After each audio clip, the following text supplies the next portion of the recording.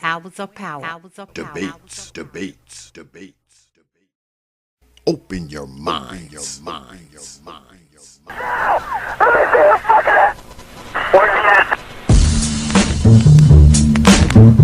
of power. Hours of power. Hours of power.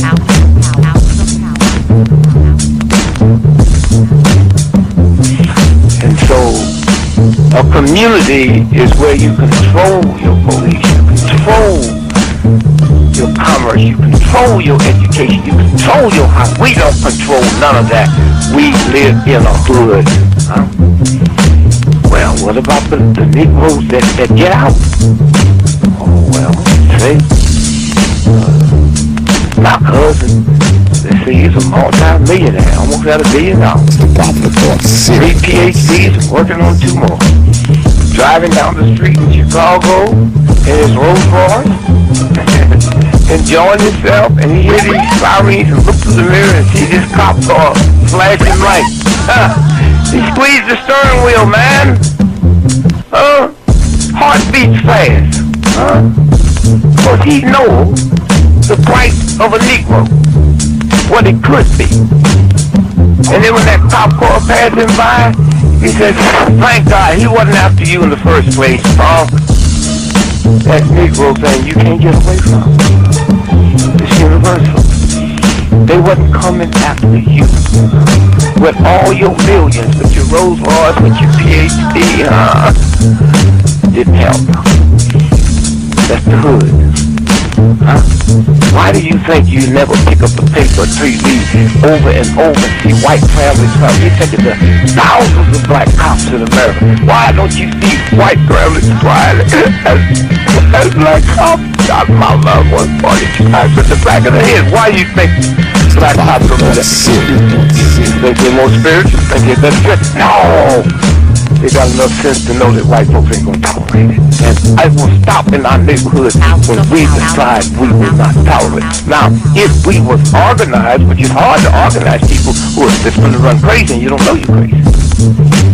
But if we were, with the money we have, and the many people who would come to our aid that don't know what it's like to be a Negro, and we said, if we said, look, we saying, if we don't get a federal law to deal with police brutality, that anytime a cop or anybody carry a gun, have to have a license just like you used to drive a car. And if you use it wrongly, you'll lose your license.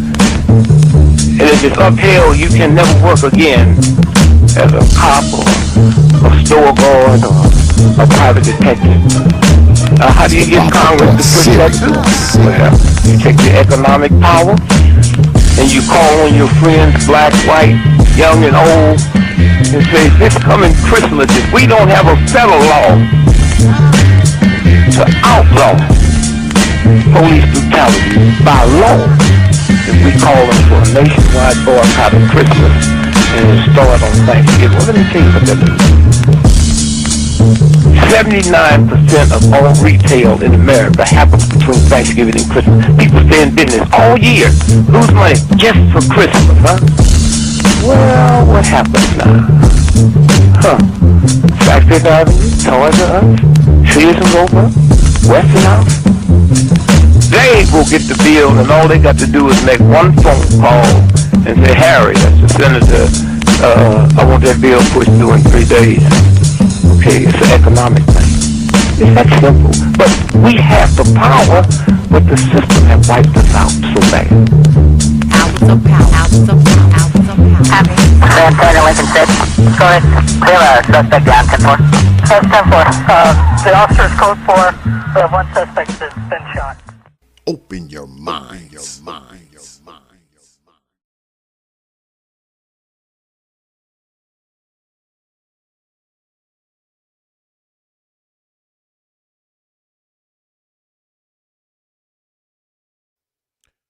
And we are back. Bespoke. And welcome back to another edition of the Popular Thought Series right here on the old T.P.O.T YouTube page. I'm your host, X, of course, but you knew that already. That's why y'all black asses are here. Got a bit of bad news for you folks. Y'all know my boy, Brother Supreme, was supposed to be doing a moderated discussion with the good mother tonight, but he just hit me up on my phone a few minutes ago, and he's got a family emergency. So more than likely, we're going to have to reschedule this. I don't know if Good Mother is still going to come, being that Brother Supreme had to, because he's got a family emergency. And me and Brother Supreme, we talk about this all the time. Family always comes before any of this other BS. So, yeah. So that's what's going on. I guess we're going to have to reschedule it or something, because he literally just hit me up like, I don't know, like 10 minutes ago, literally, like right before I was getting ready to come on, he hit me up. So he's got something going on at the house. So, yeah, that's what's happening. But just the same, y'all know, before I start the show off, I always thank you good folks for your likes, your shares, your views, your subs, and of course, your hard-earned pennies, nickels, dimes, quarters, and 50-cent pieces. Because I realize, man, you don't have to do it, man. You don't have to show up to these goddamn streams. You don't have to watch these videos. You don't have to sub. You don't have to like. And you definitely don't have to drop your hard-earned coins on this platform. But you good folks choose to do so, man. Night after night, week after week, you are here when you can be anywhere. And I want you to know, man, I don't take you good folks lightly, man. I never have and I never will. You got my word on that. I'm humbled, I'm honored, I'm appreciative, man. And most importantly, I am thankful for all you good folks. And that goes for the good folks who hang out there and the good folks who hang out up in here. All right. All right. So I don't know what we're going to do. But what I can do is this. I guess I could get somebody to sub in for Brother Supreme if they want to. I see a few brothers in here that will probably be up for the task. So just hit me on my email if you want to sub in for Brother Supreme, if you want to. All right? Let me know. I mean, we will still do the Good Mother and Brother Supreme thing at some point. But if you want to sub in for Brother Supreme tonight, go ahead, hit me up on my email, and I guess we can still do something. All right? All right. So let me go ahead and take this banner down. But y'all know, before we get started, I got to hit y'all with y'all favorite part of the stream, something we call the old mama of the day. These old mamas.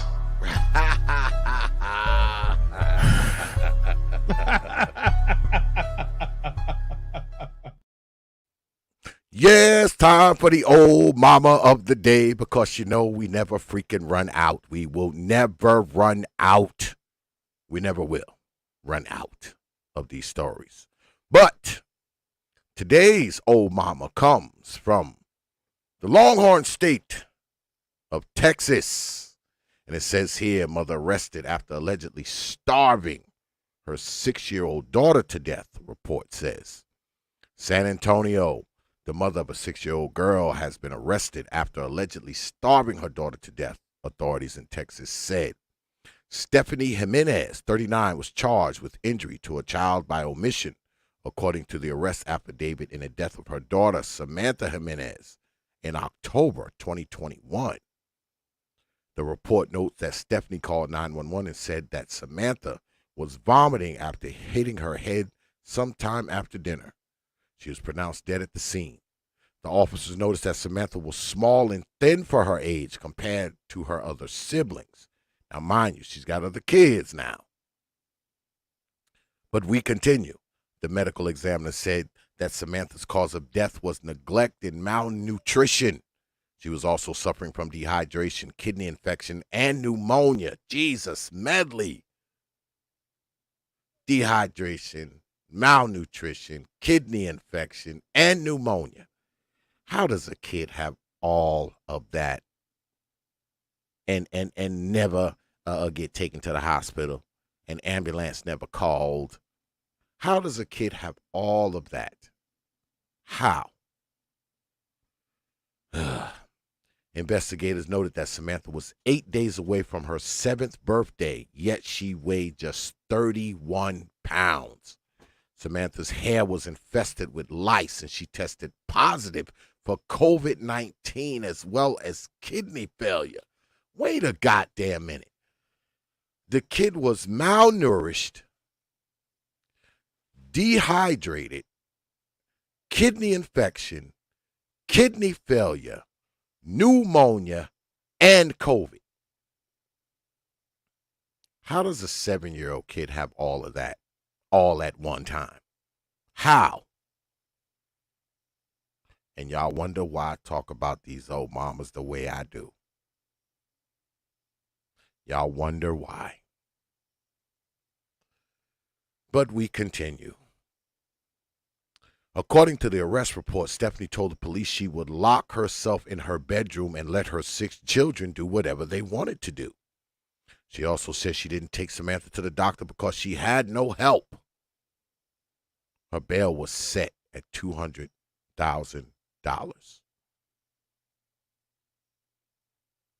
Now let's just read this again, because y'all may not have heard me in the nosebleed seats. This baby was malnourished, dehydrated. She had a kidney infection. She had pneumonia. She also had COVID, and she also had kidney failure. And her mother's reasoning for not taking her to the doctor was she had no help. Now, mind you, before that, she said she would lock herself in her bedroom and let her 6 children do whatever they wanted to do.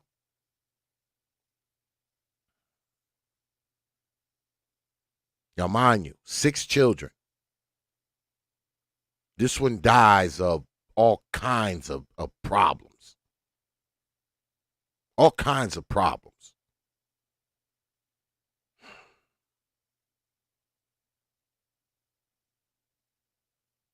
The officer said Samantha was small and thin for her age compared to her other siblings.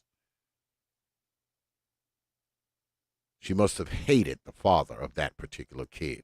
Because y'all know that's a thing, right? The mother has vengeance against a particular father. She'll take it out on that baby. So take it out on that baby, man. That she will do.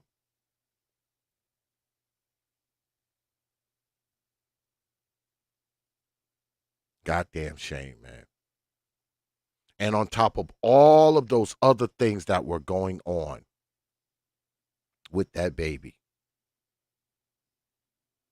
they also said that her hair was infested with lice. Lice eating the baby up. The baby's got a kidney infection, kidney failure, dehydration, pneumonia, and COVID all at once.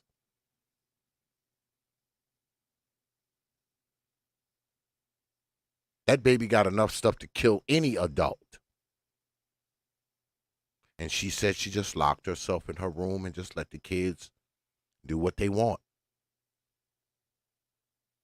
And meanwhile, this baby just laying there suffering till she died from all this shit. And the crazy thing is, when her ass get out of jail, y'all, you know what they're going to try to do?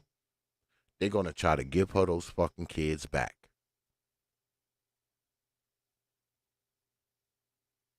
Because guess what? If the baby's head is full of lice, what about the other 5 kids? They probably full of lice and shit too. They probably got COVID too. Ain't no telling what's going on with them. The article doesn't mention it.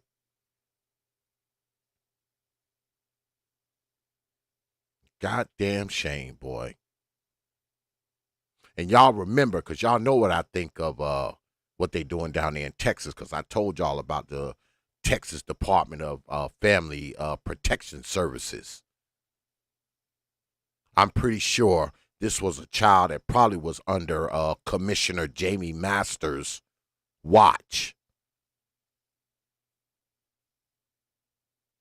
Because the last time we spoke about DFPS of Texas, 100 kids had died under her charge.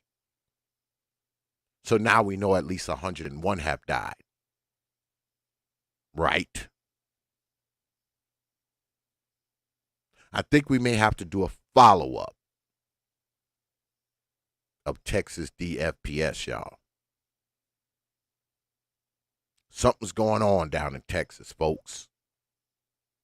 But what we know is not going on, these so-called child protection service folks are not doing a fucking job down there. We know that's not going on. Well, I tell you, boy. Unfucking believable.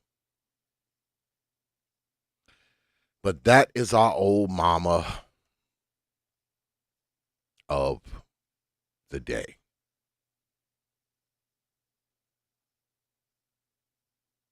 And I can't believe they're just now arresting her. Like, they just arrested her, y'all, this is July 29th. So, she, like, literally just got arrested like a month and some change ago from something she did in fucking October 21.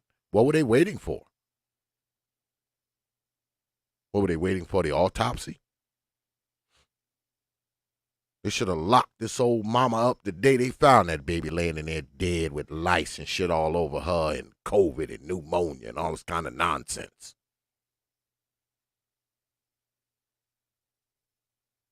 Unbelievable. But anyway, yeah, y'all,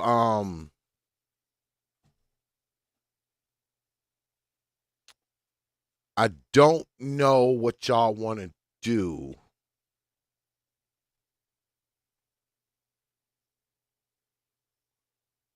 Yeah, I'm going to go ahead and send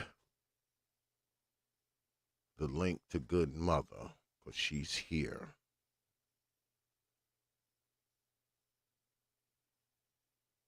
Check your email, Good Mother. Check your email.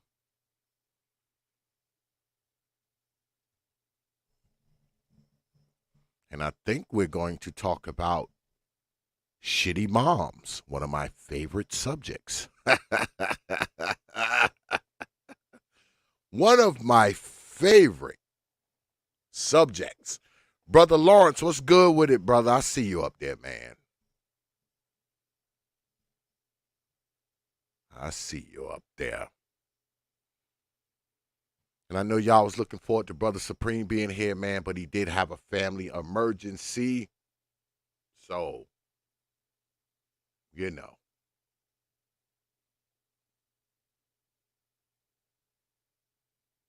And the Good Mother is here.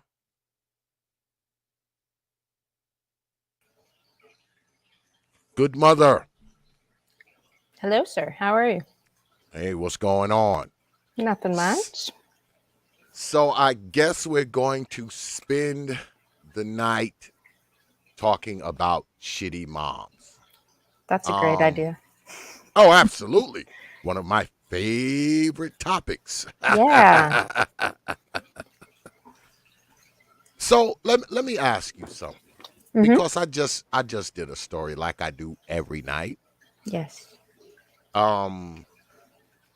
What do you think makes a woman neglect a child to the point where the child is infested with lice, the child has pneumonia, kidney failure, malnutrition and COVID all at one time. Like, I just don't. I don't get it. Hmm. I Well, don't get it. it sounds like you had a mother that actually cared about you, though.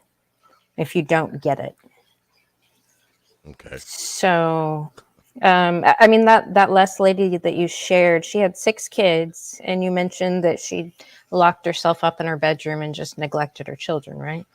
Yes. Yeah, there's a lot of mothers that do that.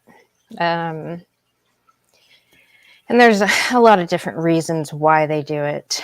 But the government welfare system actually incentivizes women to have children as a source of income or providing income. So a lot of women will actually have children just so they can claim the benefits. Like my mother, for instance, had 4 children. And there were periods of time where she would lock herself away in her bedroom and like be on the internet and, just be completely disassociated from her family and just ignore them. But it was never all the time. There was like times where she was, super tyrannical and all over everything. And then there were some times where she would just ignore them. But I do understand why mothers do that. It's because they don't care about their children. So if they're using them as a utility and not actually being a mom, I think that's the fundamental thing for that.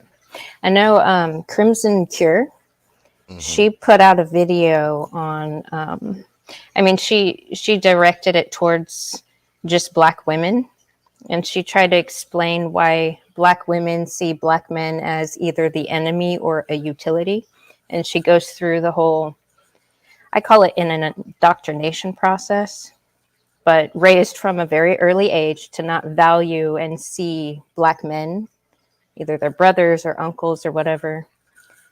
They're raised to not see them as people. They're raised to see them as a utility or the enemy. So that kind of stuff, I mean, when you don't see a person as a person, I guess it's easy to just totally neglect their humanity, so to speak. Yeah, because I mean, I do story after story after story after story after story. Yep. I have done some of the most horrific, Yep. the most brutal, the most graphic, I mean, Yep. the most heart wrenching stories Yeah. night after night. And you would think by now, as many of them as I have done, Mm-hmm. I would be numb to it, but I'm not. Right. I'm not, because I mean, forget the mother. I mean, obviously, they got some type of mental thing going on. Right. Uh, but I think about the kids, right? Yeah. Because one thing about kids, they didn't ask to be here. All right, Right. they didn't ask. They didn't ask to be here. So once they're here, and you've elected to keep them, Mm-hmm. I mean, at the very least, you can do the basics, far as provisions, far as care, far as education. I mean, something, right? Yeah. But the stories that I do, it always appears as if, number one, they don't care about these kids. Number one, that's just what I think. Maybe I'm wrong. Okay, maybe I'm wrong, but I think they don't care about these kids. I think they just treat these kids as accessories, as my man Big Nate always says. Shout out to brother Big Nate. These kids are basically accessories. Yep. They are like they're like this thing that they're just forced to deal with, and they deal with it however they see fit, not the Right. way not the way they should deal with the child. Now, I'm a father and a grandfather. Mm-hmm. I don't know what it's like to be a mother. All right, I Right. don't know what the hell women go through, when they're taking care of kids. I would never try to put myself in their place. But what I will say is, if you're keeping the kid, you've elected to, quote unquote, have that kid in your charge, Hmm. especially nowadays. I mean, and I talk about this all the time. I mean, they got so many, just here where I am, they have so many avenues. If you don't want your baby, there are Yep. so many things you can do. I talk about this hospital that they just built not too far from where I live. Do you know they have three of those I keep forgetting what the hell they're called, but they're like teller drawers where you can literally open it up, Hmm. put the infant in there, close it, ring the bell, and walk away, and nothing will happen to you. They'll just get the baby and I guess put the baby in foster care or adopt the baby out. They Yeah. won't try to find you. They have these big yellow safe space things all over the place Hmm. where you can leave the baby at the fire department. Wherever you see one of those big yellow things, Hmm. you can literally leave your baby and no one will bother you. You can Yeah. just leave the baby and walk on away. So it's like if you have elected to keep this child, Hmm. you're signing up to take care of this child, to provide for this child. I mean, not neglect this child or kill this child or, I mean, because most of the stories that I bring you are women who have literally killed the kid. Yep. Forget neglecting the kid or leaving the kid home by themselves or not feeding them or beating them. They Hmm. literally murder the kids. And a lot of these kids, man, are 6 months old, a year old, 2 years old. And I think about how awful this child's life must be up until that point. Hmm. Because if you're willing to kill the baby, there's no limits to what you're doing to that kid up until the time you finally kill them. Right. You're willing to kill the kid. What else are you doing to the kid? Are you waterboarding the kid? Are you burning the kid with an iron? Are you beating the kid to a bloody pulp? Are you? I mean, Yep. the sky's the limit because I find it hard to believe, and I've gotten some resistance on this, believe it or not. I find it hard to believe that you tuck your babies in Friday night, read them a bedtime story, and wake up Saturday morning and shoot them or drown them Right. or suffocate them or throw them in the river or poison them or I mean, what leads up to that? I mean, I just don't think it's just she just snapped Saturday morning and killed the babies. I just don't believe that. Yeah. I Me just neither. don't believe it. I don't. And people often ask me, why do I talk about this the way that I do? Now, of course, I've been accused of so many things. You know, oh, X, you hate your What? mother. You hate Oh, your mother. You right. hate black mothers and all this kind of stuff. Right. But my mother wasn't perfect, but my mother never did none of the crap that I see. Right. Never. I mean, my mother had her issues, okay? But she never abused us. She never neglected us. She never starved us. She never did any of that. Now, mind you, my parents were married for 50 some odd years when my dad died. So Mm. I grew up with my mother and my father. Yeah. And that may have been it. The fact that my father was there. I'm a true believer that your father doesn't just protect you from the pervert down the road, the boogeyman in the closet, the monster under the bed. He also protects you from your old mammy as well. So your mother has to live within certain guidelines if there's a man in the house, as far as the kids are concerned. Mm. All right. She's got certain guidelines she's got to follow. You know, she ain't gonna be cracking you across the head with the broomstick if Mm. the old man is on the premises. I mean, it doesn't fly.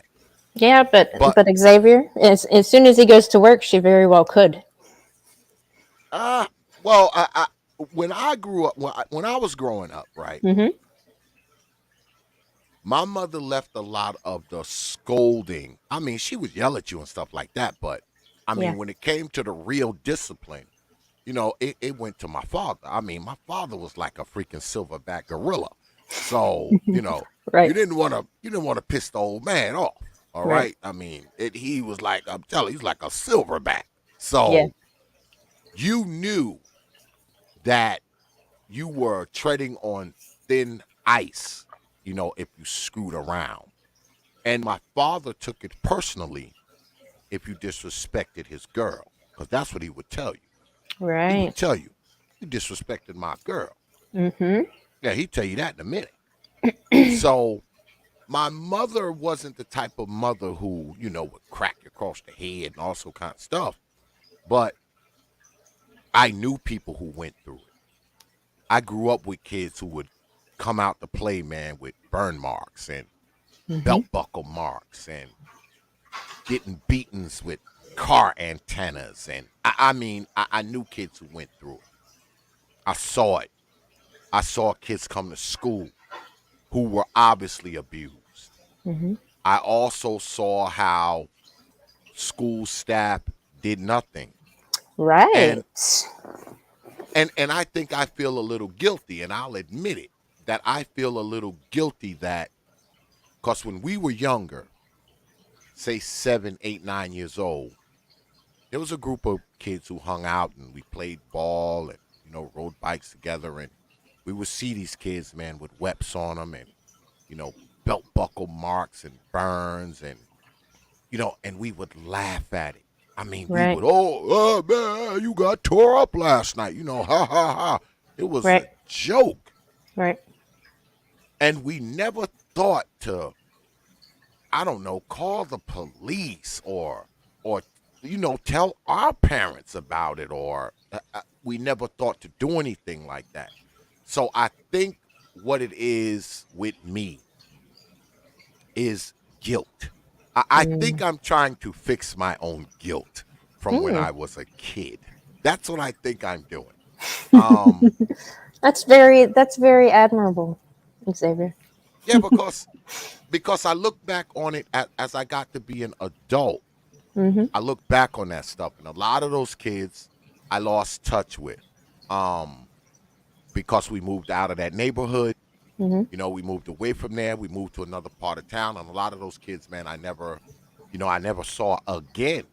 Yeah. All right, never saw again. Never saw in school. Never saw. A few of them I saw. As we got older, but the majority of those kids that were getting abused, I never saw them again. And I Right. always wondered what happened to them. Right. Were they killed? Right. Did their mom eventually murder them? Did she? You know, I, and it always bothered me. Yeah. It always bothered me because when I get up here and I tell these stories, man, what a lot of people don't understand is that a lot of this stuff I'm not making up. A lot Right. of this stuff I talk about, I literally seen with my own eyes Yep. coming up. All right, why you think I can describe it in such detail? Right. Because I've seen it. I Yeah. saw it as a kid. I saw these kids, man, be left home. There was, and I've told this story before. There were two brothers, right, Mm. who lived on our block, and their mom would leave them home by themselves, like the whole weekend, Mhm. and they would come and stay at our house. And I never understood my parents either, because my parents never told the authorities that these women were doing this. Right. They never told the authorities, but what they would do is they would allow the boys, because I would be at their house and I'd be like, "Where's your mom?" Like, "Oh, she's gone." And they would come and they would stay at our house, Friday, Saturday, and we would see their mom, right? Yeah. We would see their mom come back, and usually she would come back with some man, Right. and it would be hours before this woman came looking for these boys. Now, mind you, she's left them home by themselves. Right. She would come back 2 days later, 3 days later. And when she came back, it's not like she came back looking for the boys. Yeah. She wouldn't look for them for hours after that. So I can just imagine what their lives were like inside of that house. I mean, Yeah. when you're a kid, you don't think about that stuff. You don't. Right. Right. You think about yourself. It's hard. It's hard for children to think outside themselves and put themselves in other people's shoes. Really. Yes, because we just thought it was great that, they would come, they would stay at our house, we'd had playmates and, they would eat Yeah. there and bathe there and, stuff like that. There were a few other kids when we were growing up, and we used to go and play with these kids because back then it was nothing for you when you're 7 and 8 years old to walk a mile. You Right. could walk a mile. Me and my little sister, we would walk like a mile to this other part of town. It was right past the school, and they called it the Bottom. And in that little cul-de-sac, there was just a bunch of people, and I mean, they were dirt poor. They lived in like 10 shack houses. There was no running water. Yeah. All right? There was no running water. Everybody in that little, because there was like, I don't know, maybe 15 houses in it was like the shape of a U. And I remember the families used to come out there and literally get water from a well that was in the middle of all of those houses. I remember that clearly.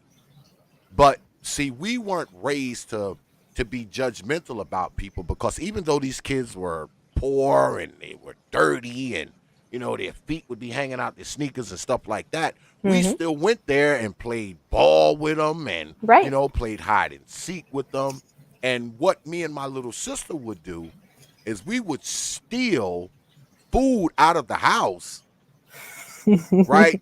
Yeah. We would take like cans of beans and corn and, tuna fish and stuff like that. We would steal it out of the cabinet and take it with us when we went to give it to a couple of our friends that we were close with. Yeah. And one time, me and my little sister, we got caught stealing food by my old man. Uh-oh. He was like, what the hell are you kids doing? Yeah. And we told him, we was like, they're our friends, they're poor, we take them food. And my dad was like, let me tell y'all a secret. I knew y'all was taking that damn food over Right. there. Yeah. He said, you think I don't know what I buy in this house? Right. He said, I tell you what. He said, stop stealing the food. He said, what we can do, he said, I'll take you guys, and you guys can go to the store, and we'll buy them something, and I'll drive y'all over there, and we'll give it to them. And after that, every other week, our dad would come with us, and we would come with him, and we would go to the store, and he would buy 2 and 3 bags of like food and give it to our friends' family. Yeah. So we actually got our dad. Yeah. We actually got our dad to participate in looking out for our poor friends. Yeah. So, and he did that like all the way up until the time we moved away from that neighborhood. So I remember that stuff vividly. Yeah. I remember that stuff from when I was a kid. And a lot of those kids over there, you would be over there playing, good mother, and you would see these kids getting beat. Right? Me and my little sister used to go over there, and you would see these kids getting, beat. I'm beat like nobody's business. Yep. Like animals. All right?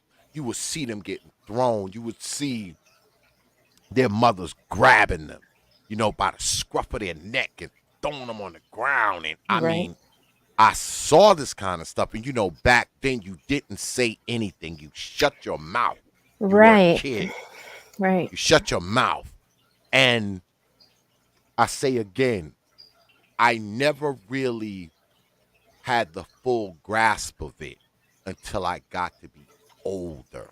Because, see, I saw it so much that I thought it was normal. Yeah. I thought it was normal. And you talking about shitty moms. Oh, It yeah. was a lot. It was a lot of them over there. Yeah. Okay. It was a lot of them. Now, our friend's mom, she wasn't that bad. I never saw her, like, beating on our friends or nothing like that. I never saw that. Yeah. But you saw a lot of it in that little, and it was like a little ran down neighborhood. I mean, it was like the black folks' version of the trailer park. I mean, and all the kids over there were poor.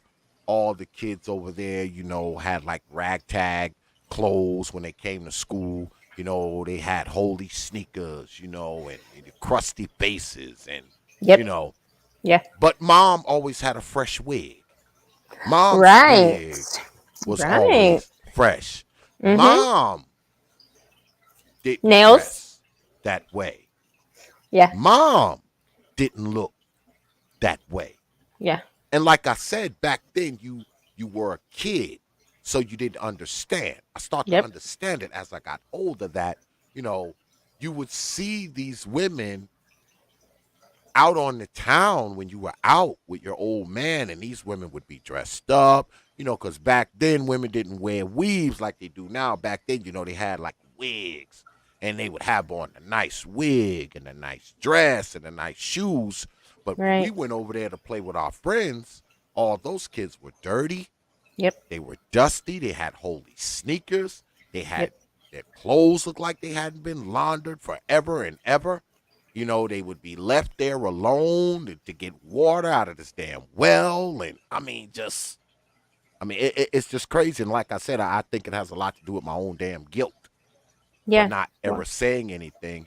And like I said, I wonder what happened to a lot of those kids, because I wonder if some of them were eventually killed by their mothers.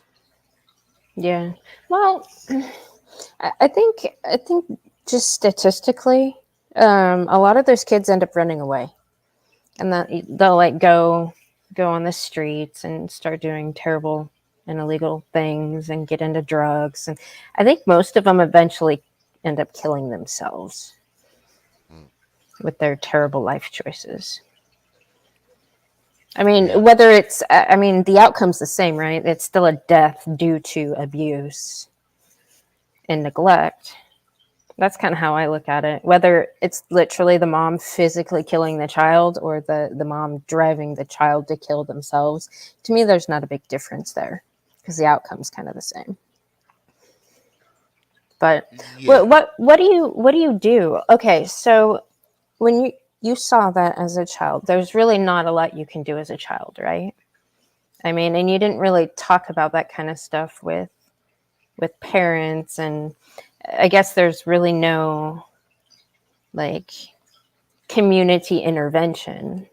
Because something that I've been thinking about a lot is like why community members aren't holding other community members accountable. I mean, especially with moms.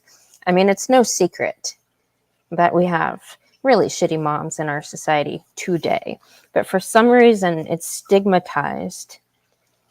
Like, you're not supposed to criticize mothering. Mothers get away with murder. And you're still supposed to pedestalize them and treat them as if they are, like, amazing when they're not. They still get all the society benefit and reward for being good parents without actually having to do the work. So, and I know that's where the Child Protective Services comes in. But I think CPS as a whole is just bad. You try to have government regulate what society should be doing to hold each other accountable, I think is a big failure in our country. Oh yeah, because I've talked about these so-called CPS organizations too. Yeah. I know I was speaking on it earlier. I was talking about Texas DFPS. A lot of kids have died that were quote unquote under the, I guess you call it, supervision of the Texas DFPS, and they have a bad reputation down there. And you got this lady who's the commissioner down there. Her name is Jamie Masters. Remember that name, people. Jamie Masters is her name. Look her up. And And she often gets up and talks about how, oh, I think I'm failing the children. No, lady, you are. What comes to mind is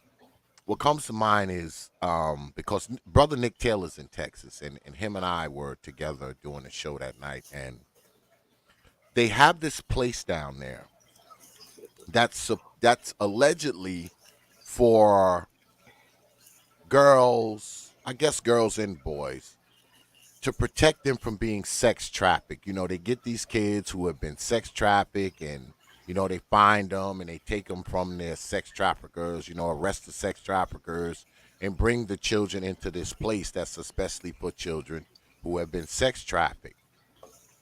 Come to find out, the Texas DFPS, you got workers inside of that particular place, because it's not like these kids are home with their parents. They're literally in this quote unquote center where they're staying, and you Right. got employees who are allegedly taking naked pictures of the children Right.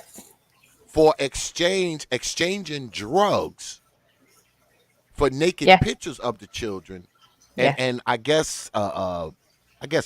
putting pictures on the internet or selling them or whatever the hell they're doing with them. And it's the craziest of thing, because the children are supposed to be there to be protected from Yep. being sex trafficked, and the workers inside the damn center are sex trafficking them.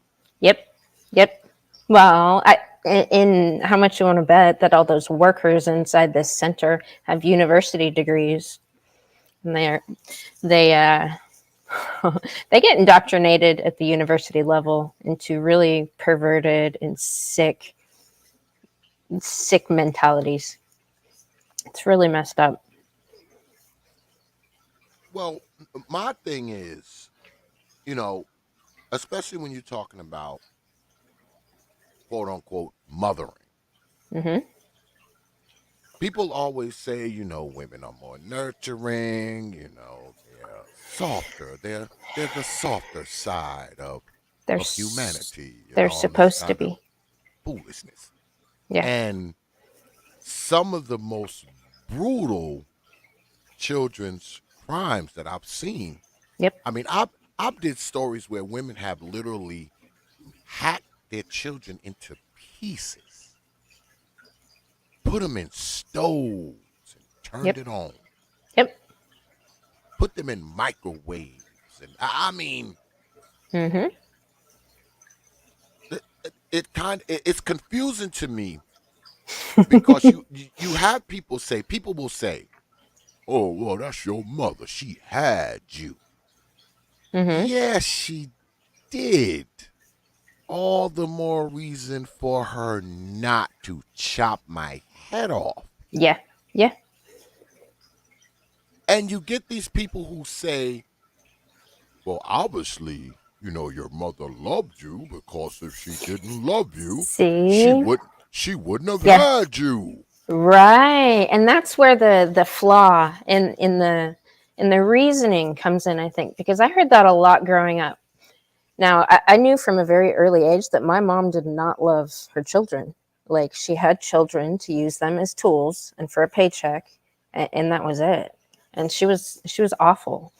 But I mean, she would literally say how much she hated us, like to our face. And meanwhile, society, family members, community members, they would always make excuses for her. Oh, well, yeah, she's doing this thing, but she really loves you. I think for normal people, they just assume that that's true because it should be true, right? Yeah.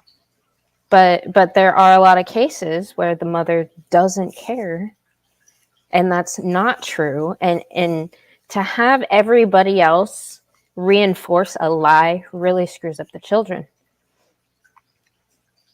Yeah, because I don't believe there's a quote unquote standard for parenting Right. when it comes to mothers. I Right. mean, a mother can mother you however she wants, and people don't care. Now, Right. as a father, you are expected to do X, Y, and Z at X, Y, and Z time and X, Y, and Z way. Yep. But when it comes to mothers, it's static. Yep. Your mother can do whatever that she wants. Yep. She can do whatever she wants to you. Yep. She can treat you any kind of way. Beat the hell out of you. She can even take you and drop your ass off at your grandmother's house and not come back for 10 years if she wants to. Yeah. If she wants to do that, she can just leave you at grandma's house and move to the other side of the country and not see you for 10 years. And people will say, oh, that's still your mother. And see, we as our mother's children, as bad as she treats us, if we ever get rich, we will still buy her ass a house. Yeah. Well, because the guilt, the guilt that was indoctrinated into y'all. Yes. We'll still buy her a house, buy her a Mercedes, Right. You mess around and get rich. Mom getting a Mercedes and a house, even though she treated us like crap. Yep. I mean, it's just crazy because your old man will never get that kind of deference. Right. If your old man miss one football game, you'll never speak to him for the rest of your life. Yeah. Yeah. If your old man stop you from hanging out with your dumbass friends, you'll tell him you hate him. Right. But mom can run your ass over with a car. Right. And you'll be walking, stumbling to her with half your head, still talking about mama. Yeah. She done ran your ass over, you half your head hanging off. Yep. You're still reaching for mama. But if your dad says, hey boy, you ain't going out this weekend, you will hate him for the next 5 years. Right. But who said that was okay? See, when I look at our society like that, I see a disproportionate responsibility put on men. It's like, you know how women have a responsibility and men have a responsibility. And two parents, there should be the dad's responsibility and the mother's responsibility. To just do your damn job as a parent, right? It's almost like as a society, we've taken all the responsibility away from the mother and then still put it on the father. So they get all the benefits and the men of our society get all the punishments. Yeah. Like it just seems disproportionate, big time. Because see, when it comes to fathering, and I speak as a father, no matter, you can have 10,000 attaboys. Right. One old shit cancels all those 10,000 attaboys away. Right. But your mom is the exact opposite. Right. She can have 10,000 old shits. Yeah. And one attagirl. Yeah. All is forgiven. Right. All is forgiven. Yeah. Yeah, but who decides that ultimately? Like, I think as a collective, as a society, the people that allow this stuff are more responsible for it continuing. Like, I don't know. I always tend to blame enablers even more. Like people that damn well are responsible, but they're allowing some fuck shit to go on. But, at least they're not doing it, so they don't feel bad about it. But they're also not intervening when they know they should. Like, I blame those people more. Because at least those people, to me, I'm like, they know better. Yeah. Like, this idiot over here might not know better, really, which I fail to believe that. Like, these people fucking know better. They just push boundaries and get away with stuff because they can. But the people that damn well know better, I put more responsibility on them. Because, like, you know better. You're doing better. Why do you allow this person not to?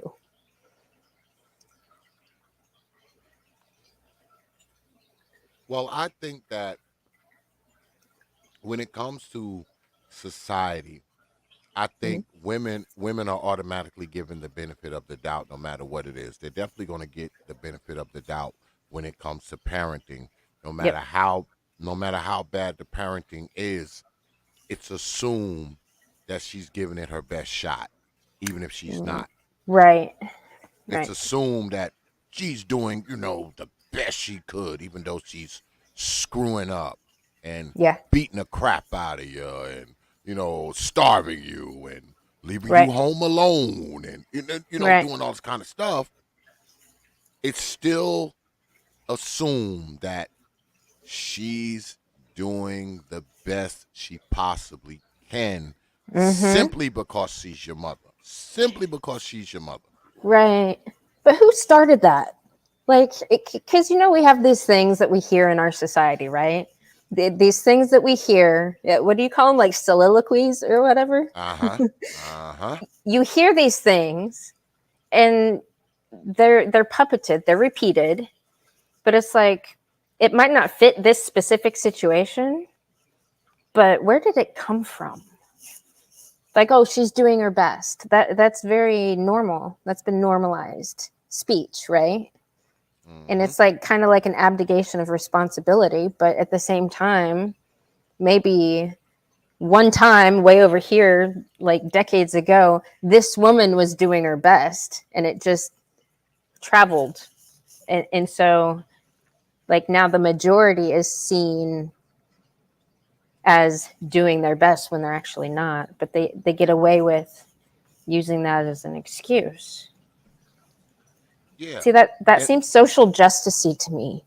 Yeah. Like absolutely. taking the minority of stuff and then making it the majority. And one thing I've discovered Yeah. is that, doing this stuff, and, people have said that, I always talk about black mothers and all this kind of stuff, which is a fucking lie. No. Yeah, it's a fucking lie. We Yes, know it- it. All you gotta do is look at my shit. That's a fucking Yeah. lie. Yeah. But- You're an equal opportunity criticizer. Oh, absolutely. I do white mamas, black mamas, Asian Yeah. mamas. I do mamas from overseas. I've done mamas Yep. from India, Nigeria, you name it. So they're just fucking talking. All Yeah. right, they just talking. But one thing I've figured out is that, this kind of shit doesn't really know a color. Right. There's no color when it comes to these old mamas. There is no color. That's why I do all colors, all Yeah. races, all fucking ethnicities, Yeah. told you, all over the world. Yeah. I did a woman from India, I think it was like maybe 5 or 6 weeks ago. She had 6 children. She threw every fucking kid in like this fucking well, Yeah. one at a time. Yeah. And I guess she was about to jump in there too, and the people in the Indian village were able to get her and stop her, right? Yeah. They were about to get her and stop her. They got her, and she was about to kill herself. And that's another thing that I Yeah. often talk about is that they're always successful in killing the kids, but somehow they're unsuccessful with killing themselves because you have these women that kill these kids, and then when they catch them, they got like some bruise on their neck where they were going to kill themselves, or they've got stabs on their arm where they were going to cut their wrists. It's like they always fail Yeah. at killing themselves, but killing the kids is always a success. Right. It's because they're cowards. I think any woman who would even kill their children are cowards. So. Why not just kill yourself? Why do the kids have to die because you allegedly want to kill yourself? Obviously, you want to kill yourself, or at least you're feigning it at best. Yeah. Just kill yourself. Yeah. I mean, why? Right. Yeah. Why kill the babies? Take the babies, drive them to their father's house, and be like, "I'll be back," and just don't come back. Right. Just find a skyscraper and jump on Yeah. off of it. Yeah, that sounds like the more honorable thing to do. But a lot of these situations when these women kill their children, they're actually again using them as a tool, as a utility, and they're trying to punish the dad. Like I read this article last year, I think it was, this mother in California, like the dad was about to get custody of the kids, And before he could do it, she stabbed 3 of her children and then drowned them just so he couldn't have them. Oh yeah, I've done plenty of Like, those stories. I've yeah, done plenty of those stories where the dad won 50-50, or yep, he got full custody, and she was supposed to turn the kids over, but yep, instead of turning the kids over, she suffocates them. yep, She burns them. yeah, She stabs them in the throat and buries them in the basement. Like, right, I don't think anything is more selfish yep, than that, because you would rather the kids be dead yep. than be with their father. Yes. And what do you think that does on a broader societal level when you have men dealing with crazy bitches like that? Having that in the back of their mind, like they want to go for custody, but what if? What if they win? What if they think that they're going to get something, get to parent their children, and then the ex goes crazy and fucking kills? I mean, wouldn't you think the man in that situation would feel somewhat responsible for that? I mean, because ultimately he's the reason she fucking did it, right? Well, yes and no. I mean, Yeah. because if she's the type of woman that will kill the babies, she's Mm-hmm. already a demented soul Yeah. from Jump Street. I mean, if Yeah. she's somebody who is willing to kill the kids simply because the father won 50-50, or full custody or whatever, she's obviously a demented soul. Right. Um, Him winning may have triggered something inside this woman. Competition. Uh, Yeah. yeah, there's that. Um, I just don't believe that if a woman kills the kids simply for reasons having to do with their father, Mm-hmm. to me that's an indication that she's had some type of gripe with the father from the get-go. Yes. Um, oh, he's getting custody of the kids, so I'm going to kill them. Yeah. So he doesn't. She is dead set on this man not having anything to do with these children. Right. Right. Right. And a lot of Um, times these women are like, you're not getting them. Like they plant those seeds ahead of time. I mean, and yes. they prove through their actions that they're willing to do pretty much anything to keep those kids away from the dad. Oh yeah. Oh yeah. They've already So decided that they will see the kids dead first. yeah, Soon as they get served with that subpoena, they've yeah, already made it up in their mind that I would rather see these kids dead yeah. than with you. And to me, that is totally insane.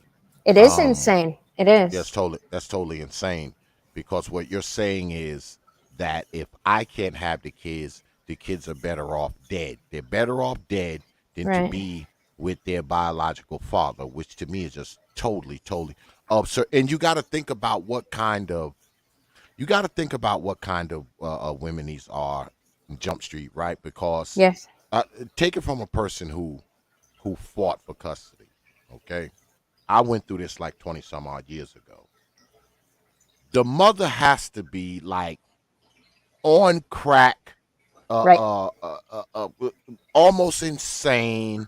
Mm. The social workers have to walk in, and this lady got the kids running around on fire, literally, Yeah. for the man to get like full custody. I mean, there's got to be a lot of shit wrong with this woman.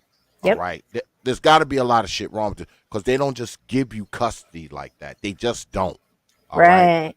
as men, we have to fight hard as hell Yeah. to get custody. All Yeah. right. You know And why? as hard as we fight, that if she's not half insane and on crack and Yep. leaving the kids alone and beating them to death and all that kind of stuff, Yep. you will not get those kids. The best you can hope for is 50-50. Right. The best you could hope for, or the best case scenario. All Mm-hmm. right. So if a dude gets custody, usually it's because she's somewhat of a shitty mother. Right. Or she gave it up, Yeah. which going back to the beginning when you were talking about why won't these women just put the baby in the little chute and just send it on Yes. its way, it's because they're giving up a sure thing. They're giving up an income or a means to acquire resources. Yes. So Yes. yeah, I mean that there's very few women that are actually really screwed up that are like, okay, I think the dad would be a better thing. Like maybe if the parents aren't together, maybe I'll be reasonable enough to know because I'm so fucked up that the kid's better off with the dad. And she does that willingly. That almost never happens. Like when these crazy bitches are crazy, they don't think about stuff like that. Yeah. So it should be up to society and the law to make sure that that child is in the best situation. Like have you heard of the Duluth model? Yes. Okay. Yes. Yeah. This is why it's seen on a societal level that, the kid's better off with the mother. Yes. And this is some feminist bullshit, Xavier. Yeah, and it's the whole tender years doctrine and all this so kind of Yeah. foolishness. Like, man, come on. You Yeah. can't tell me that a kid is better off with a mother who neglects them, beats And abuse them, them. Yep. can barely provide for them simply because she's a mother. That's bullshit. That is bullshit. Right. All right? That's bullshit. Just because she a mother, if she's a shitty mother, the kids are not better off there. Right. Yeah. So you went through the custody thing 20 years Yes. ago. Okay. Yes. Was Yes. it really expensive? Absolutely it was. Yeah. So were there any funds to help you pay for that, like there are for women, to help them with Absolutely, their legal fees? absolutely not. Missing Right. days of work, all kinds of stuff. All Right. kinds of stuff. I mean, shit. It wasn't easy. It Yeah. wasn't easy.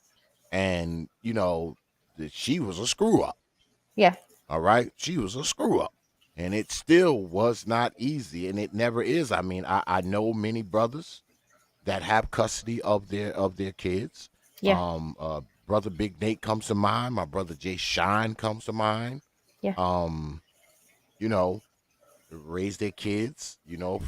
from tiny tots, because when you're a man, you want what's best for your kid. Right. And if the mother's a screw up, you kind of know it right off top. So you do what you need to do to try to get the kid, because deep down in your mind, you're the better parent. Right. You're not going to be doing the crap, that she's doing. And 9 times out of 10, the man is better off financially.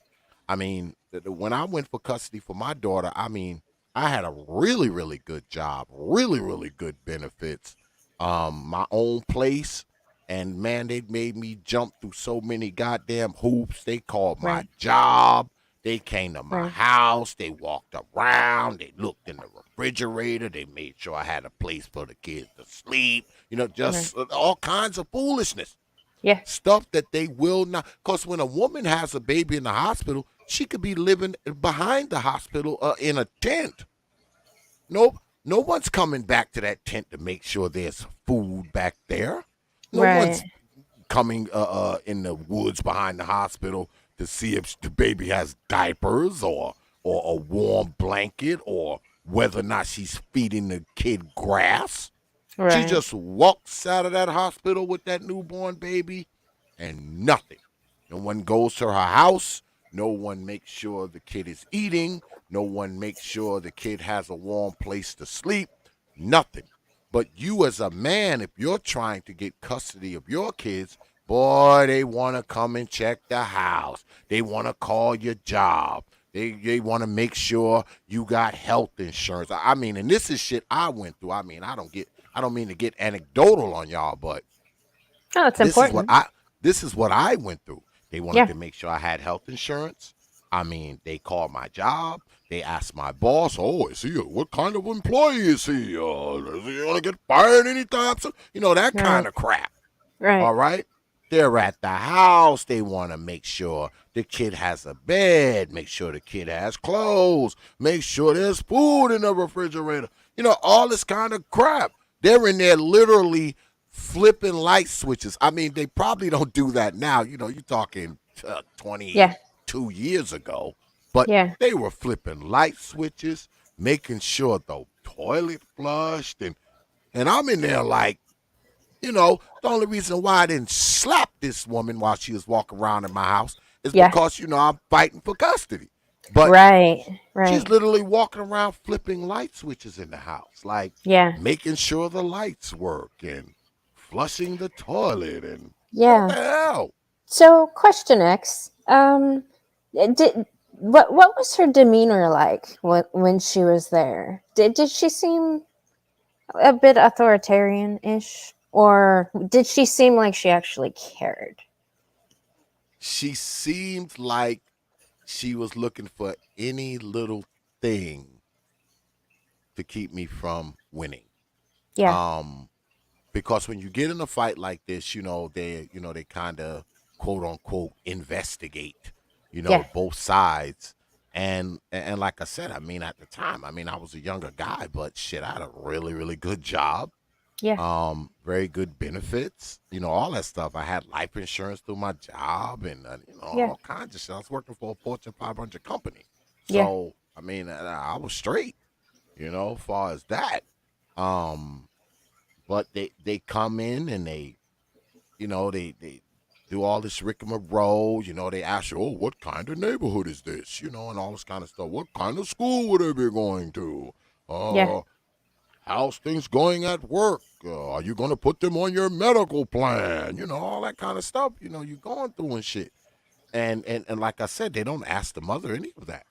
When she has the Right. baby, she just walks out of the hospital, right? They don't make Mm-hmm. sure she has health insurance or food or life insurance. Like I said, the mother can live in a tent Right. behind the hospital in the woods, and no Yeah. one's never coming back there to check on that kid, to make sure the kid's not eating leaves or insects, or whether or not she's feeding the newborn baby a tree sap. No, Right. no one's coming to check Right. that.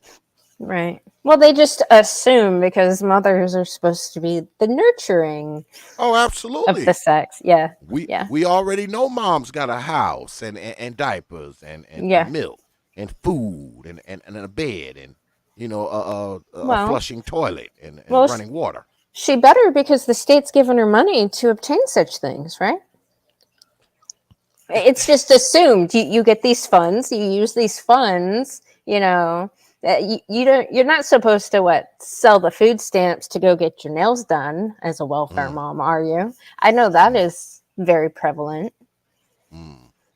Like Yeah. like some of these welfare moms, man, they'll be fat, they'll Mm-hmm, have their damn nails done. mm-hmm. They'll have, like you said earlier, like how the mom had her nice wig and the kids were dirty, and Yeah. I mean, Yeah. she'll be looking put together, but the kids will be hungry. Yeah. It's like that's not supposed to happen, and I don't think when this whole system was originally designed, they expected that to happen, but it does. That's why Yes. I want to cut all these, I call them bastard factory welfare programs, because they incentivize single motherhood. So Yes. I agree. if we cut those, because I remember growing up, my mom she was one of those. Her nails were always done. She always had her cigarettes and her Coca-Cola. Like there could be Mm. no food in the house, but she had her things, right? And I always Oh, wait a minute. wondered, Wait a minute. Wait a minute. Wait a minute. yeah, You're trying to tell me yeah, that you were raised by one of these yeah, old mamas. yeah, yeah. Is that what you're saying? Yes. And guess what? Going back to the topic of the stream, white people do it too. Yeah, multi-generational government dependency is a white people thing too. But I think they get away with this shit because there's no accountability. Like I always wondered if my mom had to like go to the church and be like, "Can I have some money for the power bill?" She's like looking a person in the eye and she's begging for it, right? She's not automatically getting a check where nobody really follows up. So she can pretty much do whatever in the hell she wants with it. Yeah. Like Yeah. that's why government putting the government in charge of taking care of people, I don't think was a good idea for our country. I don't think so either, because you're at times, I mean, don't get me wrong. I mean, Yeah. wherever there's something like that, there's always going to be people who manipulate it and use it the wrong way, right? Yep. And and you know, I'll never be one to say that everybody does that, but way too many people do it. Most people, All I right. think. Yeah. Yeah. Way too many people do it. And who ends up suffering the most is the kids, man. I Yep. mean, that's what it all comes down to. I mean, when you got these shitty ass mothers, man, you Yep. know, it doesn't matter what color they are, the black, white, blue, green, yellow with pink polka dots. I mean, Yep. at the end of it all, it's the kids that end up suffering in the Yeah. long run. When you Yeah. got these women who put everything in front of these children, they still chasing men, they still trying to hang out, you know, they still trying to do all this foolishness, and the kids are suffering because what they've done is they've had these children, but they're still living their lives as if they don't have the children. I think Right. that's part of the problem, when, because you know, once you have a kid, you know, some things supposed to change. You Yes. know, you're not supposed to still be in the club the Friday, Saturday, Sunday. You're not Right. still supposed to be freaking kids. Kids gotta live in a house where you traipsing men back and forth in and out of it. I mean, that because there's certain things that kids shouldn't be exposed to, right? Yep. And what often happens is, because these children are being exposed to things that they shouldn't be, it leaves them exposed to other things. That's why kids end up touched and molested and all this kind of crap. Right. Why? Because Right. they're being exposed, you know, to other men. Strange men are walking in and out the house, and you know, and these men, they don't give a damn about these kids. They're Right. not theirs. Right. They're not Right. theirs. So they don't care about these kids, man. They don't, you know, and the mother, she's more concerned with what she wants to do Yep. than the children's well-being. Yep. She has put her own selfish needs and wants Yep. in front of the children's well-being. Yep. Yeah. But that shit is rewarded in our society. Yes.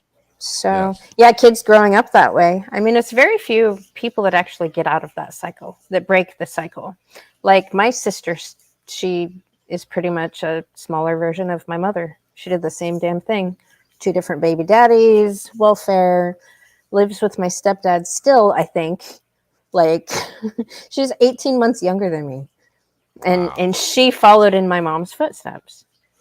So I mean, the kids in those situations are going to learn, like, okay, you know, do I continue doing this and perpetuating this bullshit, or do I, you know, get out of it, do something else? So yeah, it's bad in our society, Xavier.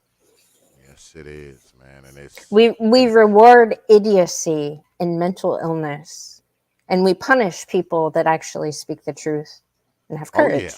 Yeah. Oh yeah. Absolutely. I know. But shout out to brother Sage Highwayman with the 499 super chat. He said, for the show, keep up the good work, Uncle X. I appreciate that, brother Sage. You know, when you drop coins on this platform, you get this.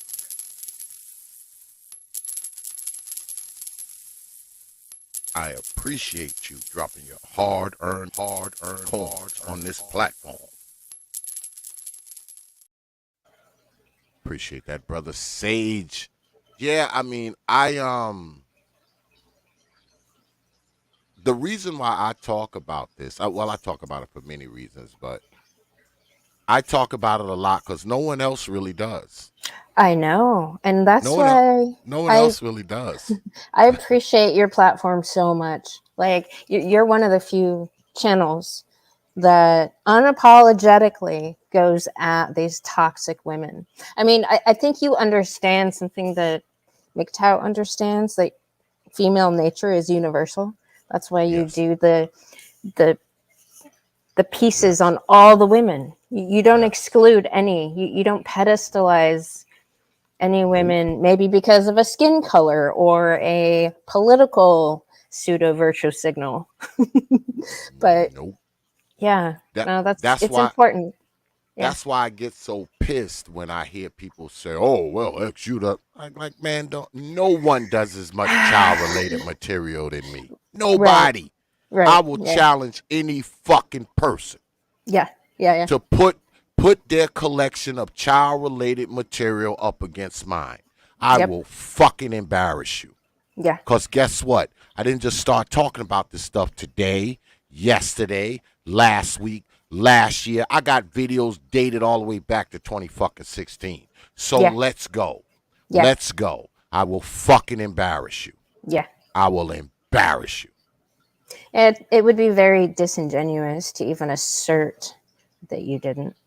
Like, Oh, it's just nonsensical. come on. Yeah. That's why I do it.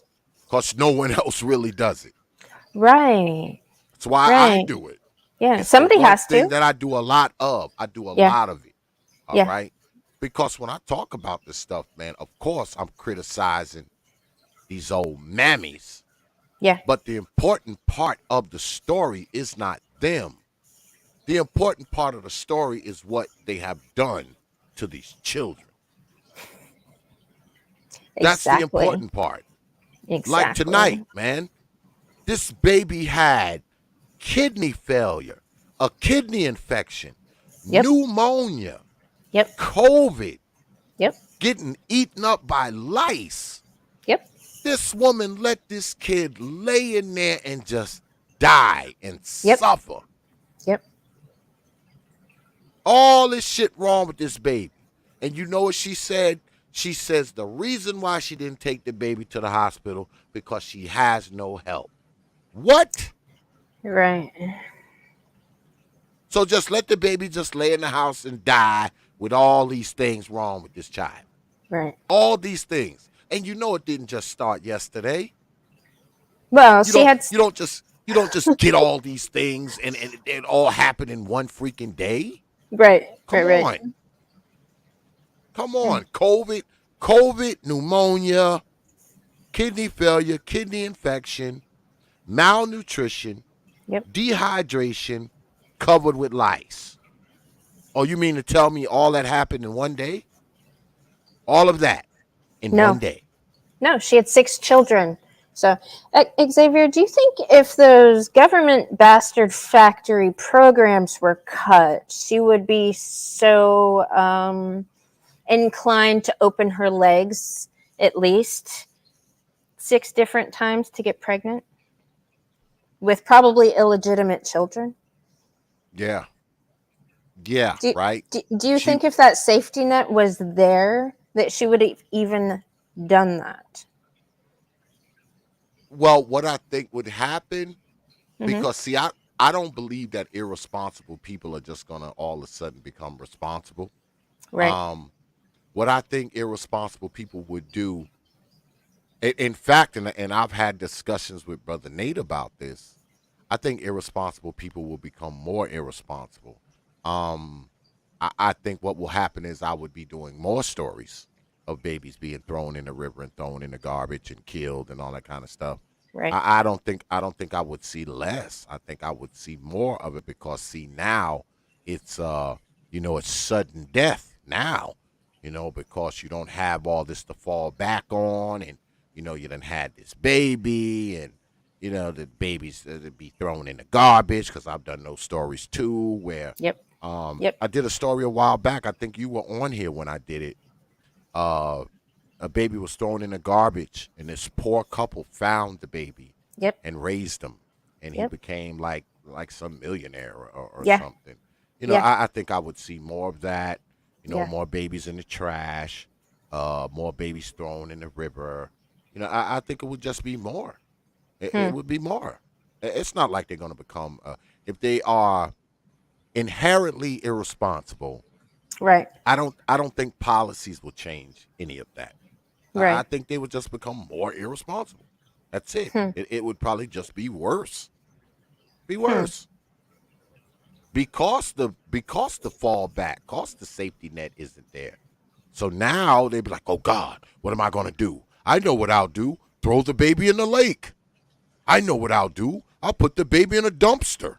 I know what I'll do. I'll burn the baby. I'll bury the baby in the backyard. I mean, I just don't. So do you think with news stories, say we had an influx of those news stories, do you think it would maybe cause maybe a more public awareness of this stuff, and then have an effect of other people looking at that as an example, and then maybe making better life choices? I mean, I think you're right. There might be an initial influx of, more news stories like that. But I think in the long term and broader scale, it would be more beneficial because that stuff would be coming, to awareness, so to speak. Well, I I don't know because what I think ultimately happens is that if you got people and some type of policy gets passed Yeah. and they have to do things differently, Mm-hmm. people who are responsible will be more responsible. Like I Right. said, people who are irresponsible will be more irresponsible. But what I think would happen is eventually it would it would be brought, like you said, it would be brought into the mainstream. But what a lot of people don't know, and y'all can look this up because y'all know I talk about this crap all the time. An average of 200 women kill their children per year in the United States. So we know Right. at least 200 children are killed at least. That's assuming that each woman has one. And we Right. know that most of them or some of them have more than one. So it could be as many as 300 children, 400. Mm-hmm. It all depends on how many, because they don't really give you those specific numbers. It's 200 women on average that kill their children per year.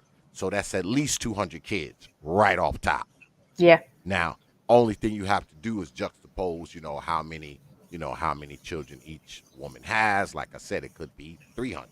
It could be Yeah. 400 children. Yeah. It all depends on how Yeah. many kids they have. And maybe that's not a big enough number. All right. Yeah. To create Maybe change. Yeah, maybe that's not Yeah. enough. Maybe 300-400 kids getting murdered, stabbed, shot, suffocated, and drowned Right. isn't Right. enough. Maybe Yeah. it has to be 1,000. Maybe it Yeah. has to be 10,000. Maybe I don't know. I don't know because you don't see people talk about this. So you have to Right. look because a lot of these stories I look for. I Yeah. kind of seek them out. Now, Yeah. mind you, I have plenty of them in my queue.